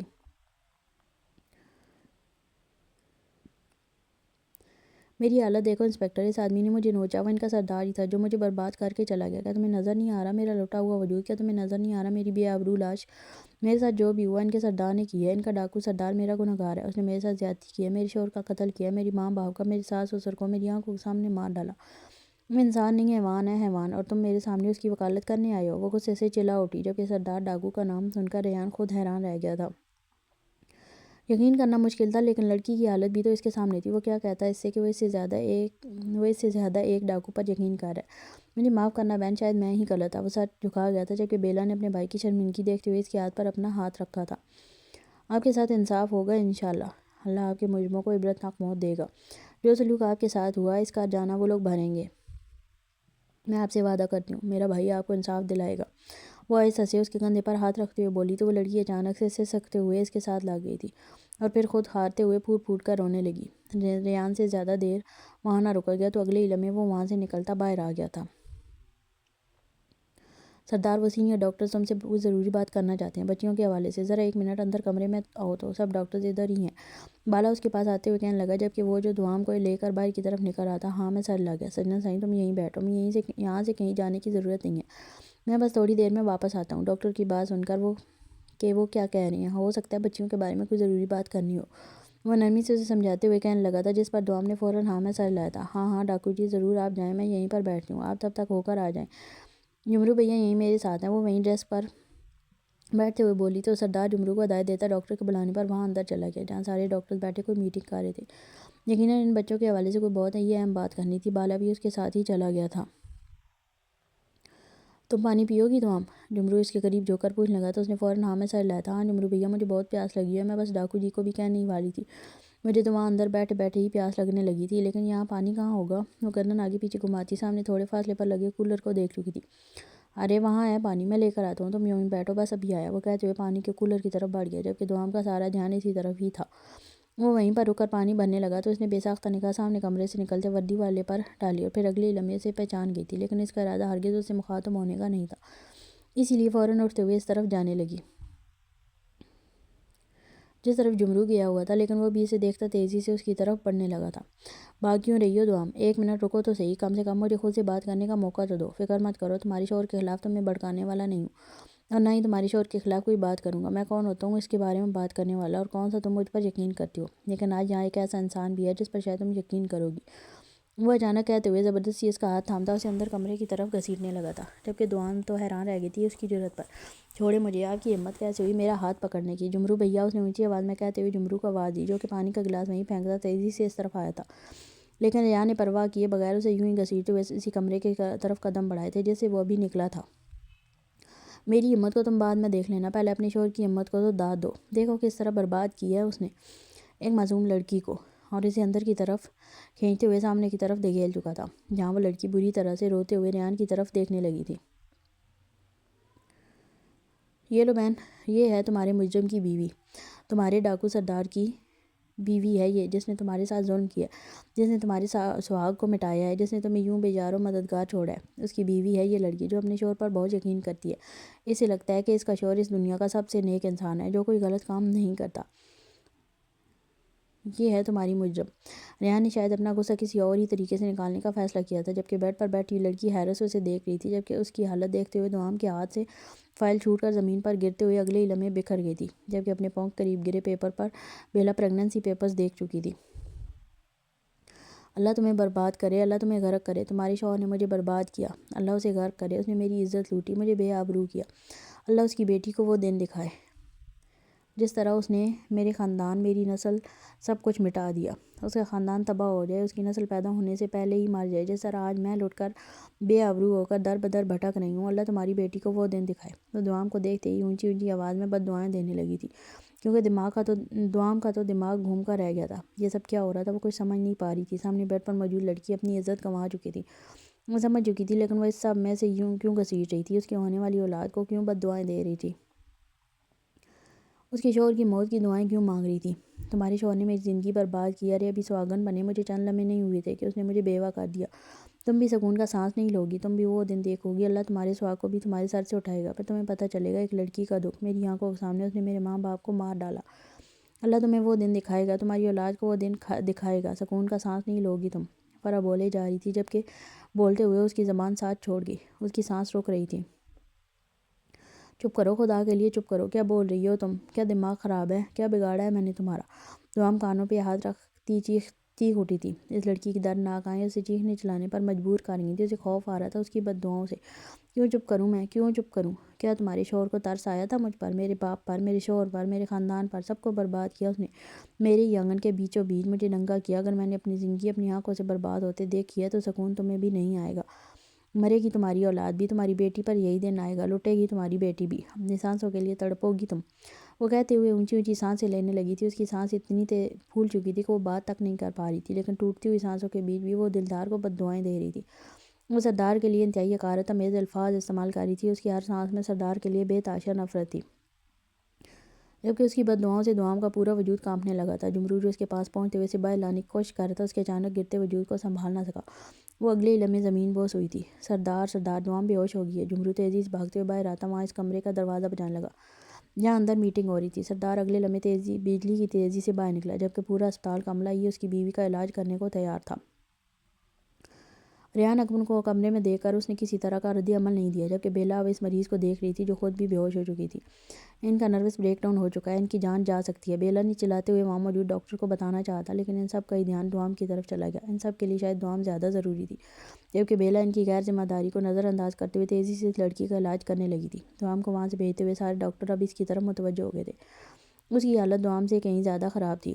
آپ باہر چلے جائیں، ڈاکٹر نے اکرم سے کہا تھا، جو ہاں میں سر ہلاتا وہاں سے باہر نکل گیا۔ دوام کا بے ہوش ہونا اسے پریشان کر گیا تھا، اسے دوام کو اس طرح کھینچ کر اندر نہیں لانا چاہیے تھا، شاید وہ یہاں اپنے بچے کی خوشخبری لینے آئی تھی، کیونکہ پیپر پر موجود دوام کا نام وہ بھی پڑھ چکا تھا۔ وہ فائل اب اسی کے پاس تھی جو دوام کے ہاتھ سے گری تھی، وہ اس کی پریگننسی رپورٹ کو چیک کر چکا تھا، لیکن یہ بات بھی نظر انداز کرنے کے قابل نہیں تھی کہ سردار کسی کی بیٹی کو برباد کر کے خود باپ بننے جا رہا تھا۔ وہ اب تک یقین نہیں کر پایا تھا، لیکن وہ لڑکی جھوٹ تو نہیں بول سکتی تھی، اور اس وقت اس کی حالت موت سے بدتر تھی، وہ موت کے اتنے قریب تھی کہ حد نہیں۔ کیا مرتا ہوا انسان اس طرح کا جھوٹ بول سکتا ہے؟ ہرگز نہیں۔ اس کے ساتھ ہوا ظلم یقیناً سردار نے ہی کیا تھا، شاید ان لوگوں کے سامنے وہ جو بنا ہوا تھا وہ غلط تھا، جھوٹ تھا، اصل میں سردار ایسا ہی تھا جیسے سارے سردار ہوتے ہیں، اس میں اور کسی عام ڈکیت میں کوئی فرق نہیں تھا۔ وہ غلط سمجھ رہا تھا، وہ آج تک سردار کے حق پر سمجھتا رہا تھا، سردار کو حق پر سمجھتا رہا تھا، وردی میں ہونے کے باوجود بھی وہ اس کی دلیری کی داد دیتا تھا۔ اس کے انصاف پسند انداز کا وہ فین تھا، لیکن اس کی اس شخصیت کے پیچھے اتنا گھٹیا روپ چھپا تھا وہ نہیں جانتا تھا۔ اسے اس لڑکی سے تو ہمدردی تھی، لیکن اسے دوام سے بھی ہمدردی ہو رہی تھی کہ وہ اس شخص کے بچے کی ماں بننے والی تھی، اس شخص کو باپ بننے کا حق نہ تھا جو دوسروں کی بیٹیوں کو برباد کر رہا تھا۔ اس لڑکی کی زندگی کیا تھی وہ بہت اچھے طریقے سے سمجھ رہا تھا، تباہ کر دیا گیا تھا اس لڑکی کو، اور تباہ کرنے والا کوئی اور نہیں بلکہ ڈکیت قبیلے کا سردار تھا۔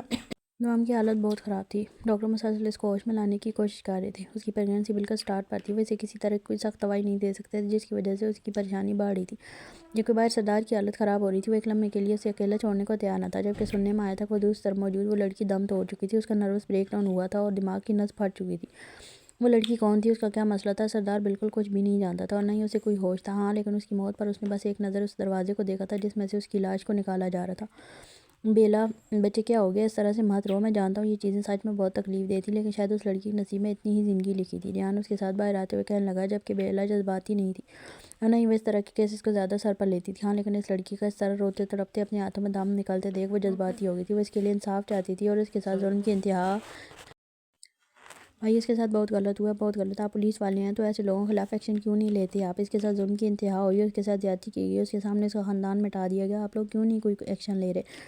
وہ اچانک ہی اس کی طرف مڑی تھی، جبکہ دھیان سے سردار پر گیا تھا۔ اس کی آنکھوں میں اپنی بیوی اور بچے کی پرواہ تھی۔ وہ ریان کو وہیں پر چھوڑتے ہوئے آگے بڑھتی اس تک آتے ہوئے اس کے سامنے آ چکی تھی۔ خودغرض انسان، تمہیں پتہ ہے آج وہ لڑکی تمہاری وجہ سے مر گئی ہے، اس کی وہ حالت تمہاری وجہ سے تھی۔ تمہیں شرم نہیں آئی؟ ایک معصوم کے ساتھ ظلم کی انتہا کر دی تم نے، اس پر درندگی اتار کر اب یہاں اپنی بیوی اور بچے کے لیے رو رہے ہو۔ ارے شرم سے ڈوب مرنا چاہیے تمہیں۔ مجھے سمجھ میں نہیں آتا تمہارے جیسے لوگوں کو اللہ زندگی کیوں دیتا ہے؟ تم لوگوں کا مر جانا ہی بہتر ہے۔ تمہارے جیسے انسان صرف معاشرے کو گندہ کرتے ہیں اور کچھ نہیں۔ وہ چیختے ہوئے سردار کی آنکھوں میں آنکھیں ڈالے بول رہی تھی۔ لڑکی، زبان سنبھال کر بات کرو۔ جمرو آگے آتے ہوئے اس کے پاس آنے لگا تھا، جب سردار نے ہاتھ اس کے سینے پر رکھ کر اسے پیچھے کیا۔ تمہاری بہت عزت کرتے ہیں ہم ڈاکٹر بیلا اکرم، اس لیے بہتر ہوگا کہ ہمارے معاملات میں مداخلت مت کرو، ورنہ لحاظ نہیں کریں گے ہم۔ اس نے ہم پر الفاظ پر زیادہ زور دیا جس کی وجہ بہت واضح تھی۔ وہ صرف اپنے بارے میں نہیں بلکہ اپنے ساتھ کھڑے بالا کے بارے میں بھی بات کر رہا تھا۔ سردار، تم چھوڑو اسے، میں دیکھ لوں گا۔ ڈاکٹر بیلا، مہربانی کریں، اس وقت ہمیں آپ کی نصیحتوں کی ضرورت نہیں ہے۔ بالا غصے سے گرایا تھا جب ڈاکٹر کمرے سے باہر نکلا۔ شکر ہے اللہ پاک کا، ان کی حالت میں تھوڑی بہتری آئی ہے۔ سردار جی، لیکن پھر بھی ان کے ذہن پر بہت برا اثر پڑا ہے، بلکہ بہت برا۔ ان کا پورا دماغی نظام ہل گیا ہے۔ یقین کریں اگر وہ بے ہوش نہ ہوتی تو نروس بریک ڈاؤن ہونے کے چانسز تھے۔ ان کے بے ہوش ہوتے ہی ان کا دماغ کام کرنا چھوڑ چکا تھا، ورنہ یقین مانیں ان کی موت دروازے پر کھڑی تھی، جس طرح اس دوسری لڑکی کی موت ہوئی ہے۔ بکواس بند کرو، اب اگر تم نے اس لفظ کو دوبارہ استعمال کیا تو میں یہیں کھڑے کھڑے اس لفظ کا مطلب تمہیں سمجھا دوں گا۔ وہ غصے سے گرایا تو ڈاکٹر کو جیسے اپنی بات کی سنگینی کا احساس ہوا تھا، جبکہ ڈاکٹر بیلا اس کے انداز پر طنزیہ مسکرائی تھی۔ ہاں ڈاکٹر اکبر، آپ موت کا نام مت لیجیے گا اس وحشی کے سامنے، کیونکہ موت کا مزہ یہ لوگوں کو چکھاتا ہے، خود کبھی نہیں چکھتا۔ اگر خود چکھا ہوتا تو اس طرح سینہ تان کر نہیں کھڑا ہوتا۔ اتنا کچھ کر کے بھی اس کی آنکھوں میں ذرا شرم نہیں ہے۔ بیلا پھر سے اسی انداز میں بولی تو سردار نے غصے سے گھورا تھا، لیکن اس کی وحشی آنکھوں میں بیلا کو ڈرانے میں کامیاب نہ ہو سکی تھی۔ کیا ہوا؟ وحشی کو وحشی کہا تو وحشی تڑپ اٹھا یا وحشی کی وحشت جاگ اٹھی؟ تم جانتے ہو وہ لڑکی جو اس کمرے میں تھی موت کے گھاٹ اتر چکی ہے، مر چکی ہے، وہ دنیا سے دور چلی گئی ہے، لیکن جاتے جاتے اپنا درد، اپنی تکلیف تمہاری بیوی کے سامنے بیان کر کے گئی ہے۔ یقیناً تمہاری بیوی وہی تکلیف سہ رہی ہے جو اس لڑکی نے سہی ہے۔ ہو سکتا ہے تمہاری بیوی وہ ابھی بول ہی رہی تھی کہ سردار کا ہاتھ اچانک اس کی گردن پر پوری شدت سے دب گیا، جبکہ بیلا کی چیخ بلند ہوئی تھی۔ وہیں ریان نے غصے سے اس کو دھکا مارنے کی کوشش کی، لیکن سردار کا ہاتھ ڈھیلا نہ پڑا۔ بیلا کی آنکھیں باہر کو اول پڑی تھیں، جبکہ بالا کی سانس جیسے سینے میں اٹک گئی تھی۔ کچھ نہیں ہوگا میری دعاؤں کو، کچھ بھی نہیں، میں اسے کچھ نہیں ہونے دوں گا۔ اس کے حصے کی موت بھی ڈاکو سردار دلدار یرغال کو آئے گی۔ وہ شدت سے اس کے گلے کو دباتا ایک جھٹکے میں اسے پیچھے پھینک چکا تھا۔ تمہیں زندہ چھوڑ آؤں اپنے بالا کے صدقے، ورنہ تمہارے زہر آلود الفاظ کی سزا صرف موت ہے۔ وہ ایک نظر بالا کو دیکھتے ہوئے تیزی سے کمرے کی طرف قدم بڑھا گیا تھا، جبکہ بالا بھی غصے سے اسے دیکھتا سردار کے پیچھے ہی اندر گیا تھا، لیکن ریان نے بیلا کو تھامتے ہوئے اپنے ساتھ لگایا تھا، جو بری طرح سے کھانس رہی تھی۔ اگر ایک سیکنڈ بھی وہ اس کی گردن کو یوں ہی پکڑے رکھتا تو یقیناً وہ مر چکی ہوتی۔ اسے اپنی گردن پر بے تحاشا تکلیف اور جلن محسوس ہو رہی تھی۔ جس انداز میں اس نے اس کے گلے کو دبایا تھا اس کو سانس لینے میں بھی دشواری ہو رہی تھی۔ سجن سائیں آنکھیں کھولو وہ اس کے پاس آتا اسے نرمی سے جگانے کی کوشش کرنے لگا تھا، جبکہ وہ آنکھیں نہیں کھول رہی تھی۔ اس نے 2-3 دفعہ اس کے بالوں پر ہاتھ پھیرا، اس کے چہرے کو تھاما، لیکن وہ اب بھی بے ہوش ہی تھی۔ انہیں سکون کا انجیکشن لگایا گیا ہے جس کی وجہ سے وہ نیند میں وہ بہتر ہیں، بلکہ ٹھیک ہیں۔ آپ اگر چاہیں تو انہیں گھر لے کر جا سکتے ہیں، ورنہ اگر چاہیں تو شام تک انہیں یہیں اسپتال میں ہی رکھیں۔ ڈاکٹر اسے دیکھتے ہوئے بولا تو اس نے فوراً نفی مسائل لایا تھا۔ وہ ہرگز دوام کو یہاں رکھنے کو تیار نہ تھا، ڈاکٹر بیلا کی موجودگی میں تو ہرگز نہیں۔ ڈاکٹر بیلا اسے کبھی جذباتی یا سربت دماغ قسم کی ڈاکٹر محسوس نہیں ہوئی تھی۔ وہ اسے کافی پروفیشنل سمجھتا، لیکن شاید کسی دوسرے مریض کی موت نے اس کے سر پر اثر کیا تھا۔ دوام کے بے ہوش ہونے پر ریحان اکرم کو وہاں دیکھ کر اسے کچھ گڑبڑ کا احساس ہوا تھا، لیکن فی الحال وہ کچھ بھی نہیں سوچنا چاہتا تھا۔ اس وقت اس کے دماغ پر صرف اس کی بیوی سوار تھی۔ اسے بس یہ پتہ تھا وہ بیمار ہے، اس کی حالت ٹھیک نہیں، اور یہ سب کچھ اس کے لیے اور اس کے بچے کے لیے بہت زیادہ نقصان دہ ثابت ہو سکتا ہے۔ نہیں، بالکل بھی نہیں، وہ یہاں اسپتال میں نہیں رہے گی، میں اسے ابھی لے کر جا رہا ہوں۔ وہ کہتے ہوئے دوام کے پاس آتا اسے نرمی سے اپنی باہوں میں اٹھانے لگا تھا، جب ڈاکٹر نے بنا کچھ کہے وہیں سے پیچھے ہٹتے ہوئے سردار کو اس کا کام کرنے دیا تھا، جبکہ بالا بھی خاموشی سے اس کے پیچھے آیا تھا۔ وہ خود بھی بیلا کا یہ روپ سمجھ نہیں پایا تھا، وہ لڑکی اس طرح بات کیوں کر رہی تھی، آخر کیا ہوا تھا۔ تھوڑی دیر پہلے تو اس کے دماغ کی حالت بالکل ٹھیک لگ رہی تھی۔ ایک مریض کے مر جانے کا بھلا سردار سے کیا تعلق تھا؟ سردار سے اس طرح سے بات کرنا، اور پھر اس نے دوام کے لیے کس طرح کے الفاظ استعمال کیے تھے۔ بالا کو بھی اس کی باتوں پر غصہ آ گیا تھا۔ وہ لڑکی ایسا کچھ کہے گی وہ سوچ بھی نہیں سکتا تھا۔ آج وہ زندہ بچ گئی تھی، لیکن اگر اس نے دوبارہ سردار کے سامنے ایسی بات کی تو وہ اسے نہیں بچا پائے گا، اتنا وہ جانتا تھا۔ اور یہ بھی حقیقت تھی کہ اگر وہ لڑکی اس کی محبت نہ ہوتی تو دوام کی خاطر وہ اس کو لوگ قبیلے میں واپس لے آئے تھے۔ وہ ابھی تک جاگی نہیں تھی، دواؤں کے زیر اثر نیند میں تھی۔ ہاں، لیکن اس وقت وہ سب لوگ ہی بہت زیادہ پریشان ہو گئے تھے، جبکہ وہ جمرو کے پاس نیچے جا رہا تھا، کیونکہ جب یہ سب کچھ ہوا تب جمرو وہیں پر موجود تھا۔ اس کو جمرو پر بھی بہت غصہ آ رہا تھا، اسے دوام کو اس طرح اکیلے چھوڑا ہی کیوں تھا، کیسے وہ ریحان اکرم کے ساتھ اس کمرے میں گئی، اور ان لوگوں نے اس سے کیا کہا، وہاں اندر اس کا کیا کام تھا بھلا۔ اس وقت اس کا سارا دھیان صرف اور صرف دوام پر تھا، وہ اس کے علاوہ کچھ سوچنا ہی نہیں چاہتا تھا۔ بیلا کی باتوں نے جہاں اسپتال میں اس کا دماغ خراب کیا تھا، وہیں اکرم پر بھی اسے بہت زیادہ غصہ آ رہا تھا۔ اسے یقین تھا کہ ان سب چیزوں کے پیچھے کہیں نہ کہیں ہاتھ ریحان اکرم کا ہی ہے، لیکن وہ کچھ سمجھ نہیں پا رہا تھا وہ لڑکی کون تھی جو اس کمرے میں مر گئی تھی،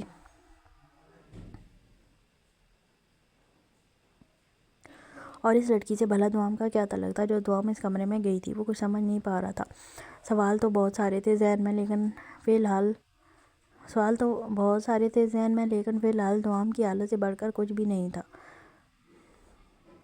باقی اسے جمرو سے ملنا تھا۔ اسپتال میں جب بیلا اسے باتیں سنا رہی تھی تب وہ آگے آیا تھا، لیکن اس کے سینے پہ ہاتھ رکھ کے اس نے اسے پیچھے ہٹا دیا تھا، کیونکہ وہ ہرگز اس لڑکی کی عزت میں کسی طرح کی کمی برداشت نہیں کر سکتا تھا۔ وہ اس کی ہونے والی بھابھی تھی اور اس کے لیے قابل احترام تھی،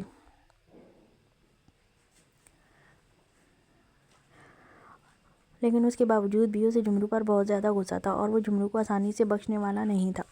وہ اس کے سرانے بیٹھا آہستہ آہستہ اس کے بالوں میں انگلیاں پھیر رہا تھا۔ وہ بار بار بے تابی سے اس کا ماتھا چوم رہا تھا، اس کے لب بار بار اس کے چہرے پر اپنی گرم سانسیں چھوڑ رہے تھے۔ اس کے دل میں عجیب سی بے قراری تھی۔ دوام کو یوں اچانک کچھ ہونا اسے بری طرح سے بے قرار کر گیا تھا۔ اس لڑکی کے بغیر اس کی سانسیں رک جاتی تھیں۔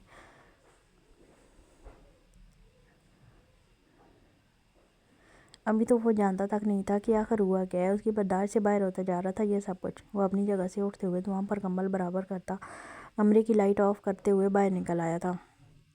اس کا ارادہ نیچے قبیلے میں جمرو سے بات کرنے کا تھا، اس سے بھی حساب کتاب لینے تھے۔ آخر کیسے دوام وہاں اکیلی تھی، اور جمرو کہاں چلا گیا تھا کہ وہ اکرم اس کے پاس آتے ہوئے اسے اس کمرے میں لے گیا، اور اس کمرے میں کیا ہوا تھا یہ بھی تو صرف جمرو ہی بتا سکتا تھا۔ جمرو لاپرواہ ہرگز نہیں تھا، یہ تو وہ جانتا تھا۔ وہ اپنی ذمہ داریاں پوری کرنے والا انسان تھا، لیکن اس وقت اسے بس یہ پتا تھا کہ اس کی لاپرواہی کی وجہ سے دوام اس حالت میں آ گئی ہے۔ اسپتال میں تو سردار کا سارا دھیان دوام پر تھا، وہیں وہ ایک کونے میں بیٹھا تھا، شاید جانتا تھا کہ سردار اس سے حساب کتاب کرے گا اور پھر اس کا برا حال ہوگا۔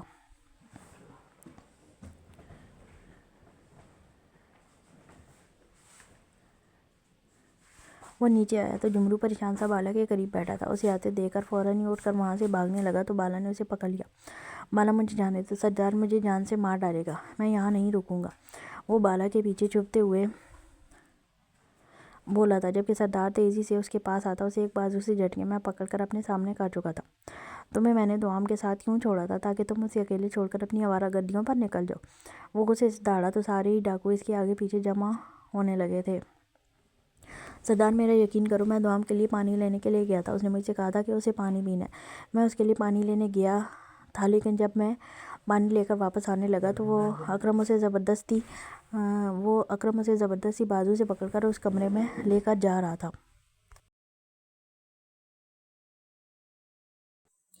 میں تیزی سے بھاگتے ہوئے اس کے پاس گیا، لیکن وہ اسے اس کمرے میں لے کر جاتا عجیب طرح کی باتیں کرنے لگا تھا۔ وہاں بستر پر جو لڑکی پڑی تھی وہ کافی بری حالت میں تھی۔ تو دوام کا پتہ چلتے ہی کہ وہ تمہاری بیوی ہے، وہ دوام کو عجیب سی بددعائیں دینے لگی۔ اس نے بہت غلط باتیں کی تھی۔ اس لڑکی کی اپنی بھی حالت بہت زیادہ خراب تھی۔ لگ رہا تھا جیسے اس کے ساتھ زیادتی ہوئی ہے۔ مجھے اس کی زیادہ باتیں سمجھ میں نہیں آئیں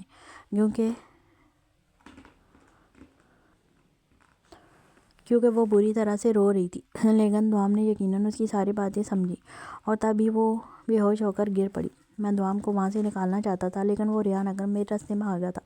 مجھے خود سمجھ نہیں آ رہا تھا کہ کیا ہوا ہے۔ دوام کو بے ہوش دیکھ کر میں فوراً تمہیں بتانے کے لیے وہاں چلا گیا۔ اس کے بعد کیا ہوا میں نہیں جانتا۔ جہاں تک مجھے اس لڑکی کی باتیں سمجھ میں آئی تھیں، وہ لڑکی تم پر زیادتی کا الزام لگا رہی تھی کہ تم نے اس کے ساتھ زیادتی کی ہے اور اس کے خاندان کو مار ڈالا ہے۔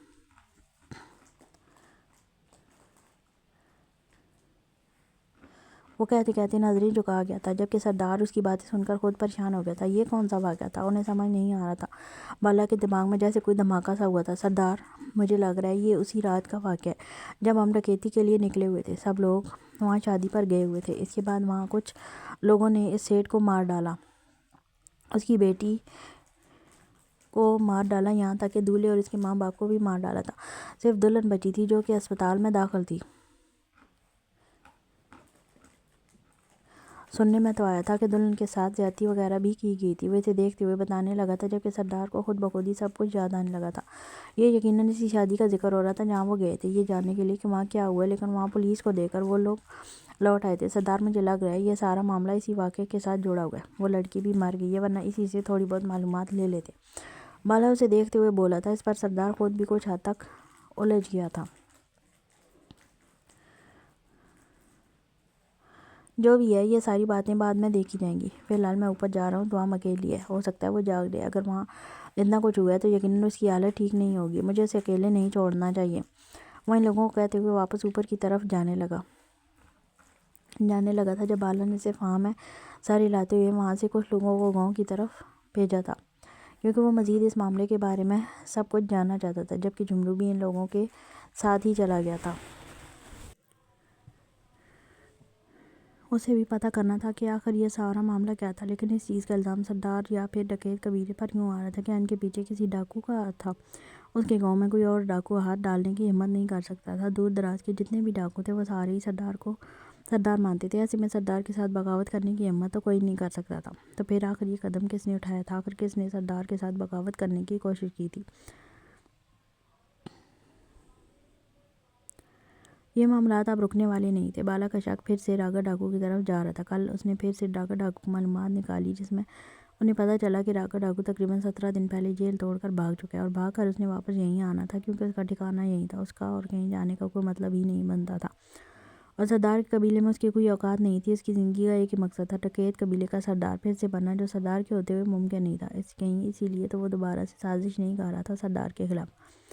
اگر ایسا کچھ تھا تو راگا ڈاکو کو اپنی موت کے منہ میں ہاتھ ڈال رہا تھا، کیونکہ اب سردار پہلے جیسا نہیں رہا تھا۔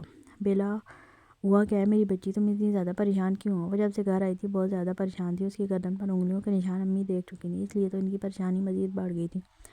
کچھ نہیں ہوا امی، بس طبیعت کچھ ٹھیک نہیں، اس لیے بھائی جب اسپتال آئے تو ان کے ساتھ گھر آ گئی، اور یہ ایک پاگل پیشنٹ تھی۔ جب ہم علاج کر رہے ہوتے ہیں نا، جب ہر طرح کے لوگ آتے ہیں، بس صحیح سمجھ لیجیے ایک بدتمیز انسان نے یہ حال کر دیا میرا۔ لیکن میں ٹھیک ہوں، بلکہ مجھے افسوس تو اس بات کا ہے کہ وہ لڑکی مر گئی امی۔ وہ بہت اچھی تھی، بہت معصوم سی، اس کے ساتھ بہت غلط ہوا۔ پتہ نہیں ہمارے معاشرے میں درندے اس طرح سے دن تنانا کب بند کریں گے۔ وہ بہت پریشان تھی جب رباب بھی اس کے پاس آ کر بیٹھ گئی۔ ریحان اسے باہر سے ہی چھوڑ کر کہیں چلا گیا تھا۔ 2 دن سے وہ گھر میں ہی نہیں آ رہا تھا، نہ جانے کہاں مصروف تھا۔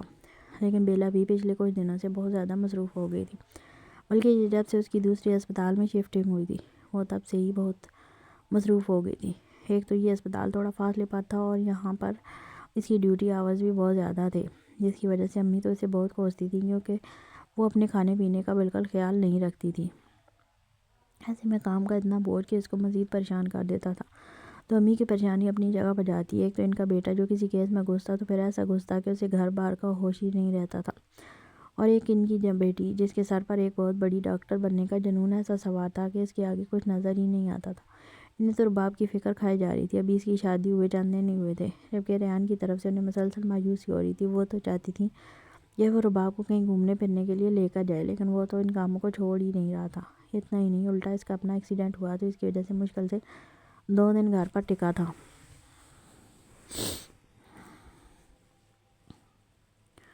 رباب انہیں بہت عزیز تھی، لیکن جس طرح سارا دن وہ ان کے قریب بیٹھی رہتی تھی انہیں بہت شرمندگی سی محسوس ہوتی تھی۔ وہ نہ تو شادی کے بعد گھر گئی تھی اور نہ ہی اس نے گھر جانے کا ذکر کیا تھا، جیسے ان سب کی پریشانیوں کو سمجھتی ہو، لیکن وہ تو دیکھ سکتی تھی۔ بے شک وہ کچھ نہیں کہتی تھی، لیکن ریان کی اس کی طرف سے بہت ساری ذمہ داریاں نکلتی تھی جو ریان پوری نہیں کر رہا تھا۔ انہوں نے سوچ لیا آج وہ ریان سے کھل کر بات کریں گی، ان کی ایک طرف کیونکہ انہیں ایک طرف بیلا کی فکر کھائی جا رہی تھی تو دوسری طرف اب رباب کی بھی ان کی پریشانیوں میں شامل ہو چکی تھی۔ رباب کی یہاں آنے سے جتنی خوش تھی اب اتنا اس سے شرمندہ ہو گئی تھی۔ اتنی پیاری بچی تو ایسا ڈیزرو نہیں کرتی تھی کہ اس کا شوہر اسے آنکھ بھر کر بھی نہ دیکھے۔ وہ تو شروع سے ہی اس کی نوکری کے خلاف تھی، لیکن اس کے جنون کے آگے خاموش ہو گئی تھی۔ لیکن اب ریان نے ان سب چیزوں کو بہت بڑا کر لیا تھا، یہاں تک کہ اپنی پرسنل لائف تک کو اگنور کر دیا تھا، اور یہ بات وہ مزید برداشت نہیں کر سکتی تھی کیونکہ اب یہ صرف ریان کی زندگی نہیں تھی، اس کے ساتھ ایک اور زندگی بھی جڑی ہوئی تھی، اور اس معصوم کا قصور بس اتنا تھا کہ وہ ریان اور یعنی ان کے بیٹے سے محبت کرتی تھی۔ وہ ہوش میں آئی تو سردار اس کے پاس ہی تھا۔ اسے دیکھتے ہی وہ تیزی سیدھی ہونے لگی۔ جب سردار نے اسے تھام کر اپنے سینے میں بھیج لیا تھا وہ اس کے ساتھ لگتے ہی پوری طرح سے سسکنے لگی تھی۔ ڈاکو جی وہ لڑکی، وہ بات نہیں کر پا رہی تھی جبکہ وہ نرمی سے اس کے چہرے پر ہاتھ رکھتے ہوئے پیار سے اس کا چہرہ اپنے قریب کرتا، اس کے ماتھے پر اپنے لب رکھ کہتا، سب بکواس ہے، سب جھوٹ ہے، اس لڑکی کی بات میں کوئی حقیقت نہیں، اور اگر اس لڑکی کی بات میں حقیقت ہے بھی تو یہ سازش ہے جو تمہارے ڈاکو جی کے خلاف رچی گئی ہے۔ لیکن تم فکر مت کرو، تمہارا ڈاکو جی آج سازش کا بھرپور جواب دے گا۔ اس لڑکی نے جو بھی کہا، جو بھی سہا، میں یہ نہیں کہتا کہ وہ سب کچھ جھوٹ ہے، یقیناً وہ سچ ہوگا، کیونکہ اپنی ذات پر کوئی لڑکی اتنی بڑی بات نہیں کر سکتی۔ اور پھر موت نے اسے گلے لگا لیا۔ ہاں یہ بات میرے لیے بھی بہت تکلیف دہ اور ناقابل یقین ہے، لیکن اس لڑکی کا نروس بریک ڈاؤن ہو گیا تھا۔ وہ لڑکی موقع پر ہی مر گئی تھی۔ اس کے ساتھ کیا ہوا میں نہیں جانتا، لیکن میں تم سے وعدہ کرتا ہوں میں ہر چیز کلیئر کروں گا۔ کیا وہ لڑکی مر گئی؟ نہیں ڈاکو جی، وہ مر نہیں سکتی، اس نے مجھے بد دعائیں دیں ڈاکو جی، اس نے ہماری اولاد کو بد دعائیں دی ہیں۔ وہ کہہ رہی تھی کہ اس کے ساتھ جو ظلم ہوگا وہ ہماری بیٹی کے ساتھ ہوگا، وہ سب کچھ وہ ہماری بیٹی ڈاکو جی ہماری اولاد کے آگے آئے گا۔ وہ مجھے بد دعائیں دے رہی تھی، آپ کو بد دعائیں دے رہی تھی، اسے اپنی بد دعائیں واپس لینی ہوں گی۔ وہ اس طرح سے نہیں مر سکتی، نہ وہ نہیں مر سکتی۔ وہ بری طرح سے سسکنے لگی تھی جبکہ سردار نے اسے تھام کر اپنے قریب کر لیا۔ اس کی کنڈیشن وہ سمجھ نہیں سکتا تھا۔ سجن سائیں، وہ لڑکی مر چکی ہے، اس کی اتنی سانسیں لکھی تھی، وہ اپنے حصے کی سانسیں لے چکی ہے، اس کی موت یوں ہی لکھی تھی۔ لیکن میں تم سے وعدہ کرتا ہوں میں ہر چیز ثابت کروں گا تمہارے سامنے۔ اس لڑکی کے ساتھ جو کچھ بھی ہوا اس میں ہمارا کوئی قصور نہیں ہے۔ مجھے نہیں پتا ہم پر الزام کیوں لگایا جا رہا ہے، یہ بات ہم پر کیوں آ رہی ہے، لیکن جو کچھ بھی ہوا وہ لڑکی رو رہی تھی، تڑپ رہی تھی، کہہ رہی تھی کہ کبھی سردار نے اس کے ساتھ زیادتی کی ہے، اس کی عزت لوٹی ڈاکو جی۔ وہ کہہ رہی تھی کہ ہماری بیٹی پر وہ دن آئے گا، ہماری بیٹی کو لوٹا جائے گا۔ آپ سمجھ رہے ہیں اس بات کو؟ وہ ہماری اولاد کو بد دعائیں دے رہی تھی، وہ مرتے مرتے ہمیں بد دعائیں دے کر گئی ہے۔ ڈاکو جی آپ نے کچھ نہیں کیا، میں جانتی ہوں میرے ڈاکو جی کچھ غلط نہیں کر سکتے، لیکن اس کی بد دعائیں میرے کانوں میں گونج رہی ہیں ڈاکو جی، میرے کانوں میں اس کی آواز آ رہی ہے۔ وہ بد دعائیں دے رہی ہے، آپ کو مرنے کی بد دعائیں دے رہی ہے، میری بیٹی کے لیے لٹنے کی بد دعائیں دے رہی ہے، مجھے برباد ہونے کی دعائیں دے رہی ہے ڈاکو جی۔ وہ بری طرح سے تڑپتے ہوئے اسے بتا رہی تھی جبکہ سردار اس کو سنبھالنے کی کوشش کر رہا تھا۔ وہ بہت زیادہ ٹینشن لے رہی تھی جبکہ ڈاکٹر نے اسے ٹینشن لینے سے منع کیا تھا۔ اس کنڈیشن میں اس کا ٹینشن لینا اس کے اور اس کے بچے کے لیے بہت زیادہ خطرناک ہو سکتا تھا۔ ڈاکٹر کا کہنا تھا کہ ابھی اس کی پریگننسی بالکل سٹارٹ میں تھی، اس ٹائم کسی بھی طرح کی ٹینشن بھی اس کے لیے خطرناک ثابت ہو سکتی تھی، اسی لیے وہ دعاؤں کو ہر طرح کی پریشانی سے دور رکھنا چاہتا تھا، لیکن اب شاید ایسا ممکن نہیں تھا۔ سجن سائیں میری بات سنو، دیکھو فی الحال تمہیں آرام کی ضرورت ہے، ان ساری باتوں کو اپنے دماغ سے نکال دو۔ نکال دوں؟ کیسے نکال دوں ڈاکو جی، آپ کو سمجھ نہیں آ رہا؟ وہ بد دعائیں دے رہی تھی آپ کو، اس کام کی وجہ سے وہ ہماری ہونے والی اولاد کو بد دعائیں دے رہی تھی، مجھے بد دعائیں دے رہی تھی۔ آپ کو بددعائیں دے رہی تھی۔ آخر کس نے کیا اس کے ساتھ ایسا؟ مرتا ہوا انسان جھوٹ تو نہیں بول سکتا۔ اس کا خاندان تباہ ہوا، اس کا شوہر مر گیا اس کی آنکھوں کے سامنے، اس کا وہ ہنستا کھیلتا گھر تباہ ہو گیا، اس کی عزت لوٹی گئی۔ آخر یہ سب کچھ کس نے کیا؟ جواب دیجیے مجھے، کس نے کیا؟ میں جانتی ہوں آپ ایسا نہیں کر سکتے، لیکن کسی نے تو کیا ہوگا نا۔ میری بات سنو، میں نے کچھ نہیں کیا۔ وہ اس کے انداز پر پریشان ہو گیا تھا۔ وہ اس معاملے میں اس پر شک نہیں کر سکتی، وہ کسی کی عزت برباد نہیں کر سکتا تھا۔ تو پھر کس نے کی ہے؟ جواب دیجیے مجھے، جواب دیجیے۔ قسم کھائیے آپ اس دن یہاں سے کہیں نہیں گئے تھے۔ قسم کھائیے آپ میری اپنی ہونے والی اولاد کی قسم کھائیے آپ اس رات کہیں نہیں گئے تھے۔ ویسے دیکھتے بولی سردار چاہنے کے باوجود قسم نہیں کھا سکا تھا۔ وہ اپنی اولاد اور اپنی دعاؤں پر کیسی جھوٹی قسم لیتا۔ وہ گیا تھا اس رات۔ میں گیا تھا سجن سائیں، بے شک میں گیا تھا، لیکن میں وہاں نہیں گیا تھا جہاں یہ واقعہ پیش آیا ہے۔ تو اس کا مطلب ہے آپ کے لوگ گئے تھے۔ وہ اچانک اسے دیکھتے ہوئے بولی تو سردار نے نفی میں سارے لایا تھا۔ میرے قبیلے میں ایسا بغیرت کوئی نہیں ہے جو کسی کی عزت لوٹنے کے لیے جائے گا، اور ویسے بھی یہاں کے لوگ وہاں ڈکیتی کرتے ہیں، یہاں سردار کا حکم ہوتا ہے۔ میں کسی شادی والے گھر میں ڈکیتی نہیں کرنے گیا تھا، لیکن آپ اس دن کسی شادی کا ذکر کر رہے تھے وہاں ندی کے قریب۔ آپ کہہ رہے تھے نا کسی کی شادی کی بات کر رہے تھے اب بالا بھیا کے ساتھ۔ وہ اچانک سے بولی تو سردار پریشان ہو گیا۔ وہ اسے کیسے بتاتا کہ جہاں وہ ڈکیتی پر جانے والے تھے وہاں کے لوگ اس رات اسی شادی میں مہمان کے طور پر جانے والے تھے، جس کی وجہ سے ان کی ڈکیتی آسان ہو گئی تھی۔ لیکن وہ دوام کو یہ ساری باتیں کیسے سمجھاتا جو ہر چیز میں کوئی نہ کوئی بات نکال رہی تھی، اور یہ ساری چیزیں اس کے لیے بہت زیادہ پریشان کن ثابت ہونے والی تھی۔ دیکھو سجن سائی، میری بات سنو، ان سب باتوں کو فی الحال اپنے دماغ سے نکال دو۔ ان سب باتوں کا کوئی مقصد نہیں ہے، تم صرف اور صرف اپنی طبیعت خراب کر رہی ہو اور کچھ بھی نہیں۔ میری بات کو سمجھنے کی کوشش کرو، تمہیں اس وقت آرام کی ضرورت ہے۔ تم یہیں بیٹھو، میں تمہارے لیے کچھ کھانے کے لیے منگواتا ہوں۔ تم نے صبح سے ٹھیک سے ناشتہ بھی نہیں کیا۔ وہ پیار سے اس کا ماتھا چومتا اس کے قریب سے اٹھتے ہوئے باہر نکل گیا تھا، جبکہ دوان کے ذہن پر اب تک وہ لڑکی چھائی ہوئی تھی۔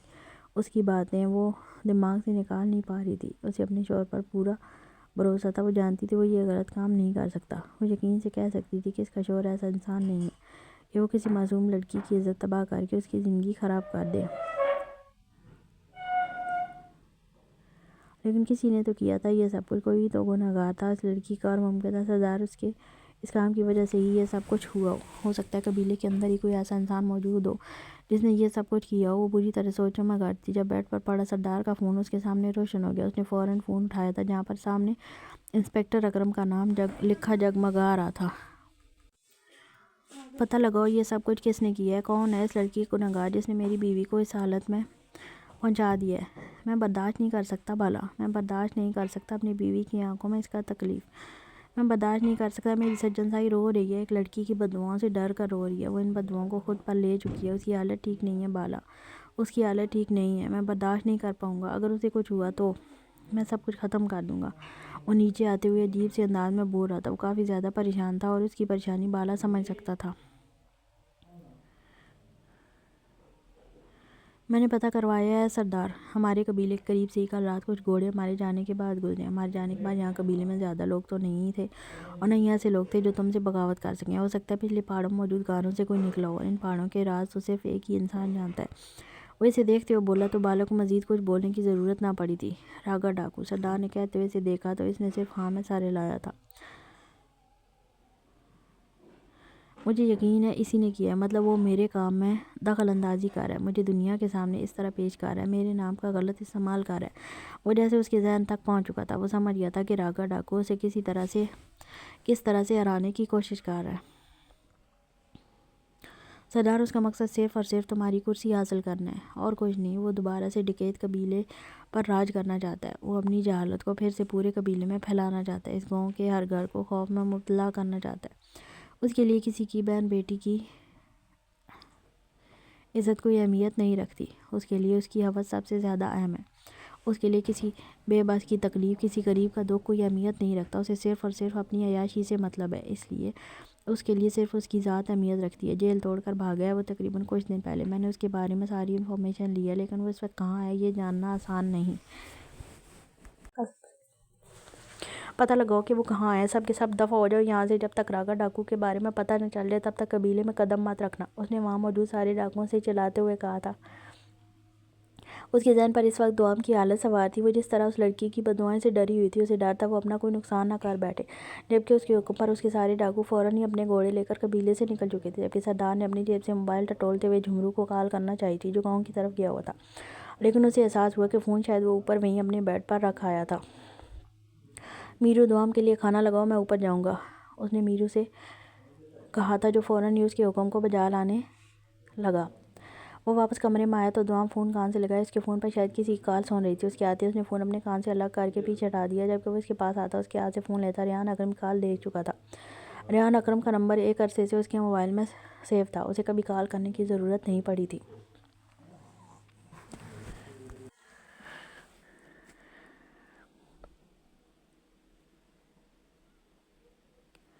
لیکن اس نے دیکھا تھا کہ دوام کے ساتھ اس کی کال تقریباً پچھلے 7 منٹ سے چل رہی تھی۔ اس نے فون بند کرتے ہوئے بیڈ پر پھینکا۔ کیا کہہ رہا تھا وہ آدمی؟ اس نے دوام سے سوال کیا جو بالکل خاموش تھی۔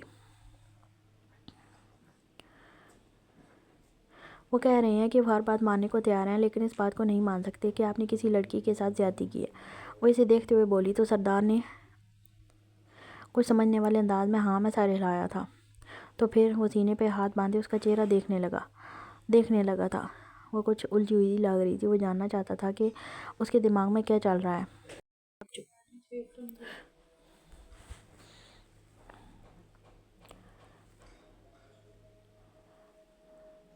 ڈاکو جی وہ کہہ رہے ہیں کہ انہیں یقین ہے کہ آپ نے اس طرح کا کوئی غلط کام نہیں کیا، لیکن گاؤں کے کچھ لوگ آپ کے خلاف گواہی دینے کو تیار ہو گئے ہیں۔ ان کا کہنا ہے کہ وہ اس واقعے کے چشمدید گواہ ہیں اور اس بات پر آپ کے خلاف ثبوت نکلتا ہے۔ وہ اسے دیکھتے ہوئے کچھ الجھی سی بولی تھی۔ اچھا، مطلب کہ گاؤں کے لوگوں نے مجھے اس لڑکی کے ساتھ زیادتی کرتے دیکھا ہے اور وہ اس بات کی گواہی دیں گے؟ اس نے دوام کی آنکھوں میں جھانکتے ہوئے سوال کیا تھا۔ نہیں ڈاکو جی، انہوں نے سردار کو دیکھا ہے، مطلب صاف ہے کہ ان لوگوں نے اصل مجرم کو دیکھا ہے۔ آپ تو اپنے چہرے پر کپڑا باندھ کر رکھتے ہیں نا، تو یقیناً کسی نے بھی آپ کو نہیں دیکھا ہوگا، آپ کا چہرہ کوئی نہیں پہچانتا، لیکن اس مجرم کا چہرہ لوگ پہچانتے ہیں۔ جب آپ سامنے آئیں گے تو انہیں پتہ چل جائے گا کہ وہ آپ نہیں بلکہ کوئی اور تھا، کیونکہ ان لوگوں نے اس آدمی کا چہرہ دیکھا ہے۔ وہ اٹھ کر کھڑی ہوتی ہوئی اسے سمجھانے لگی تھی، جیسے وہ ان سب چیزوں کو خود بہتر طریقے سے سمجھ چکی ہے۔ مجھے لگتا ہے میں سب کو بہتر طریقے سے حل کر سکتا ہوں، ہمیں اس پولیس والے سے مدد لینے کی ضرورت نہیں ہے، وہ اسے تک تھام کر اپنے ساتھ لگاتے ہوئے بولا تھا جیسے اسے اس ٹینشن سے نکالنا چاہتا ہو۔ ڈاکو جی وہ کہہ رہے ہیں وہ ہماری مدد کر سکتے ہیں، وہ کہتے ہیں وہ ہر بات پر یقین کر لیں گے لیکن اس بات پر نہیں کہ آپ نے کسی لڑکی کے ساتھ ایسا سلوک کیا ہے، کیونکہ آپ ان لوگوں کو سزا دیتے ہیں، آپ ایسے لوگوں کو اپنے انجام تک پہنچاتے ہیں۔ وہ کہتے ہیں وہ ہماری مدد کریں گے، اور اگر اس معاملے میں وہ ہماری مدد کر رہے ہیں تو میں نے نہیں مانگی اس سے مدد، مجھے اس کی مدد کی ضرورت نہیں ہے، مجھے کسی کی مدد کی ضرورت نہیں ہے، مجھے کسی کو ثابت نہیں کرنا کہ میں نے کیا کچھ کیا یا نہیں، تمہیں مجھ پر یقین ہے، بس اس سے بڑھ کر مجھے اور کچھ نہیں چاہیے، باقی اس لڑکی کے مجرموں کو ان کے انجام تک میں پہنچا دوں گا، اس لڑکی کے حوالے سے تمہیں پریشان ہونے کی ضرورت نہیں، اسے انصاف نہیں ملے گا، اسے انصاف میں دلاؤں گا۔ وہ اسے دیکھتے ہوئے سمجھا رہا تھا جبکہ وہ نفی میں سر ہلانے لگی۔ لوگ آپ کو غلط سمجھ رہے ہیں، لوگ آپ پر الزام لگا رہے ہیں، پولیس والے بھی آپ کو ڈھونڈ رہے ہیں، وہ آپ کو غلط سمجھتے ہیں۔ ریحان اکرم آپ سے ملنا چاہتا ہے، وہ بس اس واقعے کو ڈسکس کرنا چاہتا ہے، وہ ان لوگوں سے آپ کو ملوانا چاہتا ہے جن لوگوں نے سردار کو اس لڑکی کے ساتھ زیادتی کرتے اور لوگوں کو قتل کرتے دیکھا ہے۔ اگر وہ لوگ آپ کو دیکھ لیں گے تو یقیناً ان کی غلط فہمی دور ہو جائے گی، اسی لیے میں نے انہیں کہا ہے کہ وہ یہاں آ جائیں قبیلے میں اور یہیں آ کر آپ سے مل لیں۔ تم نے اس شخص کو یہاں قبیلے میں بلایا ہے؟ سجن سائیں وہ حیرانگی سے دیکھنے لگا تھا، یقیناً وہ اس سے اس طرح کی بے وقوفی کی امید نہیں رکھتا تھا، وہ پولیس والا تھا، وہ اعتبار کے لائق نہیں تھا۔ ہاں، میں چاہتی ہوں کہ آپ پر لگا یہ الزام ختم ہو جائے، میں برداشت نہیں کر سکتی کہ کوئی آپ کے کردار پر اس طرح کا سوال اٹھائے۔ سجن سائیں مجھ پر کوئی الزام نہیں لگائے، میں اس قصے کو خود اپنے ہاتھوں سے ختم کر دوں گا، تمہیں ایک دفعہ مجھ سے پوچھنا چاہیے تھا، وہ وردی والے اعتبار کے لائق نہیں ہیں، تم نہیں جانتے ان وردی والوں نے اس سے پہلے ہمارے ساتھ کیا کیا، میں جانتی ہوں، سب جانتی ہوں۔ میں نے کہہ دیا ریحان اکرم کو کہ اگر میرا شوہر مجرم ہے اور وہ لوگ میرے شوہر کو مجرم کے طور پر قبول کرتے ہیں تو آپ اپنے آپ کو قانون کے حوالے کر دیں گے، آپ کسی سے نہیں ڈرتے۔ وہ اسے دیکھتے ہوئے بول رہی تھی جبکہ سردار نے حیرت سے اسے دیکھا تھا، وہ اس پر یقین کر رہی تھی لیکن وہ اسے کیسے سمجھاتا کہ پولیس والے یقین کے قابل نہیں تھے۔ وہ لمحے میں ان لوگوں کو سردار کے خلاف کھڑا کر سکتا تھا اور پھر کیا ہوتا، ان چشمدید گواہوں پر یقین کر کے اگر دوام اس کا بھروسہ نہ کرتی تو اس کی تو دنیا ہی لٹ جاتی۔ وہ کیسے سمجھاتا اس معصوم لڑکی کو دنیا اتنی سیدھی نہیں جتنا وہ سمجھتی تھی۔ ریحان اکرم بہت زیادہ پریشان تھا، رات بھی اس کی بے چینی میں گزری۔ دوام کو کل ہسپتال سے وہ لوگ واپس قبیلے لے گئے تھے، لیکن ریحان اکرم کو سکون نہیں آیا۔ مسلسل دماغ پر ایک ہی سوچ سوار تھی کہ اگر اس کی وجہ سے دوام اور اس کے بچے کچھ ہو گیا تو وہ بنا کچھ جانے بنا کچھ سمجھے امکانہ کام کر گیا تھا۔ وہ اچھا خاصا شعور رکھنے والا انسان تھا، اسے یوں دوام کو کمرے میں لے کر نہیں جانا چاہیے تھا۔ جس طرح اس لڑکی کی موت اس کی آنکھوں کے سامنے ہوئی تھی، وہ لڑکی جس طرح اسے بددعائیں دے رہی تھی، وہ سب کچھ دوام کے لیے یقیناً بہت زیادہ اسٹریسفل تھا۔ وہ پریگننٹ تھی، اس کے لیے یہ سب کچھ بہت زیادہ خطرناک ثابت ہو سکتا تھا، اسی لیے وہ بے ہوش ہو گئی تھی۔ اس کی بے ہوشی میں وہ اس کا کوئی بہت بڑا نقصان نہیں کرنا چاہتا تھا۔ اب اسے احساس ہو رہا تھا کہ اس نے غلط کیا ہے۔ وہ بری طرح سے اس کیس میں لگا ہوا تھا، انہیں چشمدید گواہوں کا پتہ چلا تھا۔ وہاں پر کچھ لوگ تھے جو بارات میں شامل تھے اور انہوں نے سردار کو وہ گھٹیا حرکت کرتے اپنی آنکھوں سے دیکھا تھا۔ ان میں سے کچھ لوگوں کا دعویٰ تھا وہ سردار کا چہرہ بھی پہچانتے ہیں۔ وہ خود کو ڈکیت قبیلے کا سردار کہہ رہا تھا، لیکن اسے یقین تھا وہ ڈاکو سردار دلدار جلکار نہیں ہو سکتا، کیونکہ وہ ایسا نہیں تھا ہی نہیں۔ وہ لوگوں کو انصاف دلانے والا انسان تھا، وہ بھلا خود ایسی حرکت کیسے کر سکتا تھا؟ نہ جانے کیوں وہ اس معاملے میں اس ڈاکو پر یقین کر رہا تھا۔ اس نے کچھ سوچتے ہوئے سردار کو فون کیا تھا۔ اس کے پیچھے کی وجہ بس اتنی تھی، وہ بتانا چاہتا تھا سردار کے خلاف کچھ لوگ اٹھے ہیں جو کہ دعویٰ کرتے ہیں کہ سردار ہی اس لڑکی کا ریپسٹ اور اس پورے خاندان کا قاتل ہے۔ اگر یہ بات ثابت ہو گئی تو اس کا پھانسی کے پھندے پر چڑھنا ممکن ہے، لیکن ریحان کو یقین تھا سردار نے یہ کام نہیں کیا، اس لیے وہ بات کو بڑھانے سے پہلے ان لوگوں کے ساتھ سردار کی ایک ملاقات کروانا چاہتا تھا۔ ریحان خود اس کے چہرے سے واقف نہیں تھا اور نہ ہی وہ کبھی کھل کر اس کے سامنے آیا تھا، صرف اس کی آنکھیں ہی دیکھی تھی۔ اس کی آنکھوں میں اتنی وحشت تھی کہ ریحان کبھی کبھار اسے خوف زدہ ہو جاتا تھا، لیکن اس کے چہرے کا روپ، اس کی چال اسے اس قدر گھٹیا حرکت کرنے نہیں دے سکتی تھی۔ سردار قاتل ہو سکتا تھا، ڈاکو ہو سکتا تھا، لیکن کسی لڑکی کے ساتھ زیادتی نہیں کر سکتا تھا، یہ اس کا یقین کہتا تھا۔ اس لیے اس نے جب سردار کو فون کیا تو آگے سے فون دوام نے اٹھایا تھا۔ اس نے دوام سے کوئی لمبی چوڑی بات نہیں کی تھی، بس اتنا ہی کہا تھا کہ وہ اپنی صبح والی حرکت پر شرمندہ ہے، اور ساتھ میں اسے یہ بھی بتا دیا کہ سردار کے خلاف کچھ لوگ ہیں جو اس کو دیکھنے کا دعویٰ کرتے ہیں، جس پر دوام نے یقین سے کہہ دیا تھا کہ اس کا سردار ایسا نہیں کر سکتا۔ اور اس بات پر اس نے بس اتنا ہی کہا تھا کہ وہ ان لوگوں سے سردار کو ملوانا چاہتا ہے۔ اگر وہ چشمدید گواہ بس اتنا کہہ دیتے ہیں کہ ان لوگوں کا قاتل اور اس لڑکی کا ریپسٹ یہ والا آدمی نہیں تھا، تو سردار اس الزام سے بری ہو جائے گا اور وہ اصل مجرم کی طرف غور کریں گے، جس پر دوام نے بڑے دعوے سے کہہ دیا تھا کہ وہ اپنے گواہوں کو لے کر قبیلے میں آ جائے، اور اس نے فوراً ہی قبیلے میں جانے کا فیصلہ کر لیا تھا۔ اسے سردار کے ساتھ کوئی ہمدردی نہیں تھی اور نہ ہی وہ سردار کو پسند کرتا تھا، بس اس کا دل یہ بات ماننے کو تیار نہیں تھا۔ اس کا دل یہ بات ماننے کو تیار نہیں تھا کہ وہ لڑکی کسی لڑکی کے ساتھ زیادتی کر سکتا ہے۔ اس نے سردار کے بارے میں بہت قصے سن رکھے ہیں، کئی دفعہ یہ بات بھی سامنے آئی ہے کہ زیادتی کرنے والے کو وہ بہت بھیانک موت دیتا ہے، تو پھر بھلا وہ خود ایسی حرکت کیسے کر سکتا تھا؟ اور یہ بھی حقیقت تھی کہ آج تک اس کے خلاف جو بھی کیس اٹھے وہ تقریباً مجرموں کے ہی تھے۔ اس نے جو بھی قتل کیے وہ سب لوگ کوئی عام لوگ نہیں تھے، کوئی قاتل تو کوئی ریپسٹ تھا۔ تاریخ گواہ تھی سردار نے آج تک کسی بے قصور کو نہیں مارا تھا، تو پھر بھلا سردار ان لوگوں کو قتل کیسے کر سکتا تھا جو خود لوگوں کے لیے سہارا تھا؟ یہ اس کا یقین تھا جس پر وہ قائم تھا۔ ریحان نے فون اٹھاتے ہوئے ان لوگوں کو فون کیا اور ان سے بس اتنا ہی کہا کہ آج رات 8 بجے وہ قبیلے کی طرف جائیں گے۔ وہ ڈیوٹی آورز ختم ہونے کے بعد وہاں جانا چاہتا تھا، ورنہ اس کا قبیلے کی طرف جانا اس کے لیے کوئی بڑا مسئلہ پیدا کر سکتا تھا۔ جبکہ دروازے پر کھڑے ایک کانسٹیبل نے اس کی بات سنی اور پھر خاموشی سے وہاں سے نکلتے ہوئے اس کے سینئر انسپکٹر کامران کے آفس میں گیا تھا۔ انسپکٹر کامران ایک کرپٹ آفیسر تھا اور اسے صرف اور صرف اپنے آپ سے مطلب تھا، لیکن ڈاکو سردار کو پکڑ کر حکومت کی طرف سے ملنے والا 50 لاکھ اور پروموشن اسے بھی بہت عزیز تھا۔ اس کے فون پر ہر تھوڑی دیر بعد کسی کی کال آ رہی تھی۔ وہ نہیں جانتا تھا کون ہے جو اسے مسلسل فون کرنے کی کوشش کر رہا ہے، لیکن اس وقت اس کا دماغ بہت گھوما ہوا تھا، وہ کسی سے بات نہیں کرنا چاہتا تھا۔ اس نے دوام کو بڑی مشکل سے کھانا کھلایا تھا۔ ریحان اکرم اب تک اپنے گواہوں کو لے کر نہیں آیا تھا، جبکہ وہ چاہتا بھی نہیں تھا کہ وہ یہاں آئے، لیکن جو بھی تھا دوام نے اسے بلا لیا تھا، تو اس معاملے کو تو اس نے حل کرنا ہی تھا۔ سجن سائی تم بہت تھکی ہوئی لگ رہی ہو، سو جاؤ، تمہاری اس طرح سے ٹینشن لینا تمہارے لیے اور ہمارے بچے کے لیے بالکل ٹھیک نہیں ہے، وہ اس پر کمبل ڈالتے ہوئے اسے کہنے لگا تھا۔ ریحان اکرم آئے گا نا، وہ اسے دیکھتے ہوئے کہنے لگی تھی، جبکہ وہ نرمی سے اس کے ماتھے پر لب رکھ گیا تھا۔ میرا سونا مکڑا، وہ آئے گا تو میں اسے دیکھ لوں گا، تمہیں پریشان ہونے کی بالکل بھی کوئی ضرورت نہیں ہے۔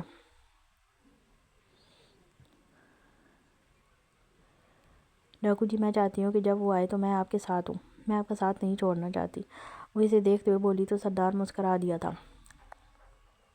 اس کی بیوی کا اس کے کردار پر یقین کرنا اس کے لیے کتنا خاص تھا یہ صرف وہی جانتا تھا۔ پھر اسے سمجھانے کی کوشش کرنے لگا، جبکہ اسے پھر سے اپنا فون بجتا ہوا محسوس ہوا۔ اس نے موبائل نمبر نکال کر پھر سے اس انجان نمبر کو دیکھا، پھر فون ایک طرف رکھنے لگا کہ بالا کا فون آنے لگا۔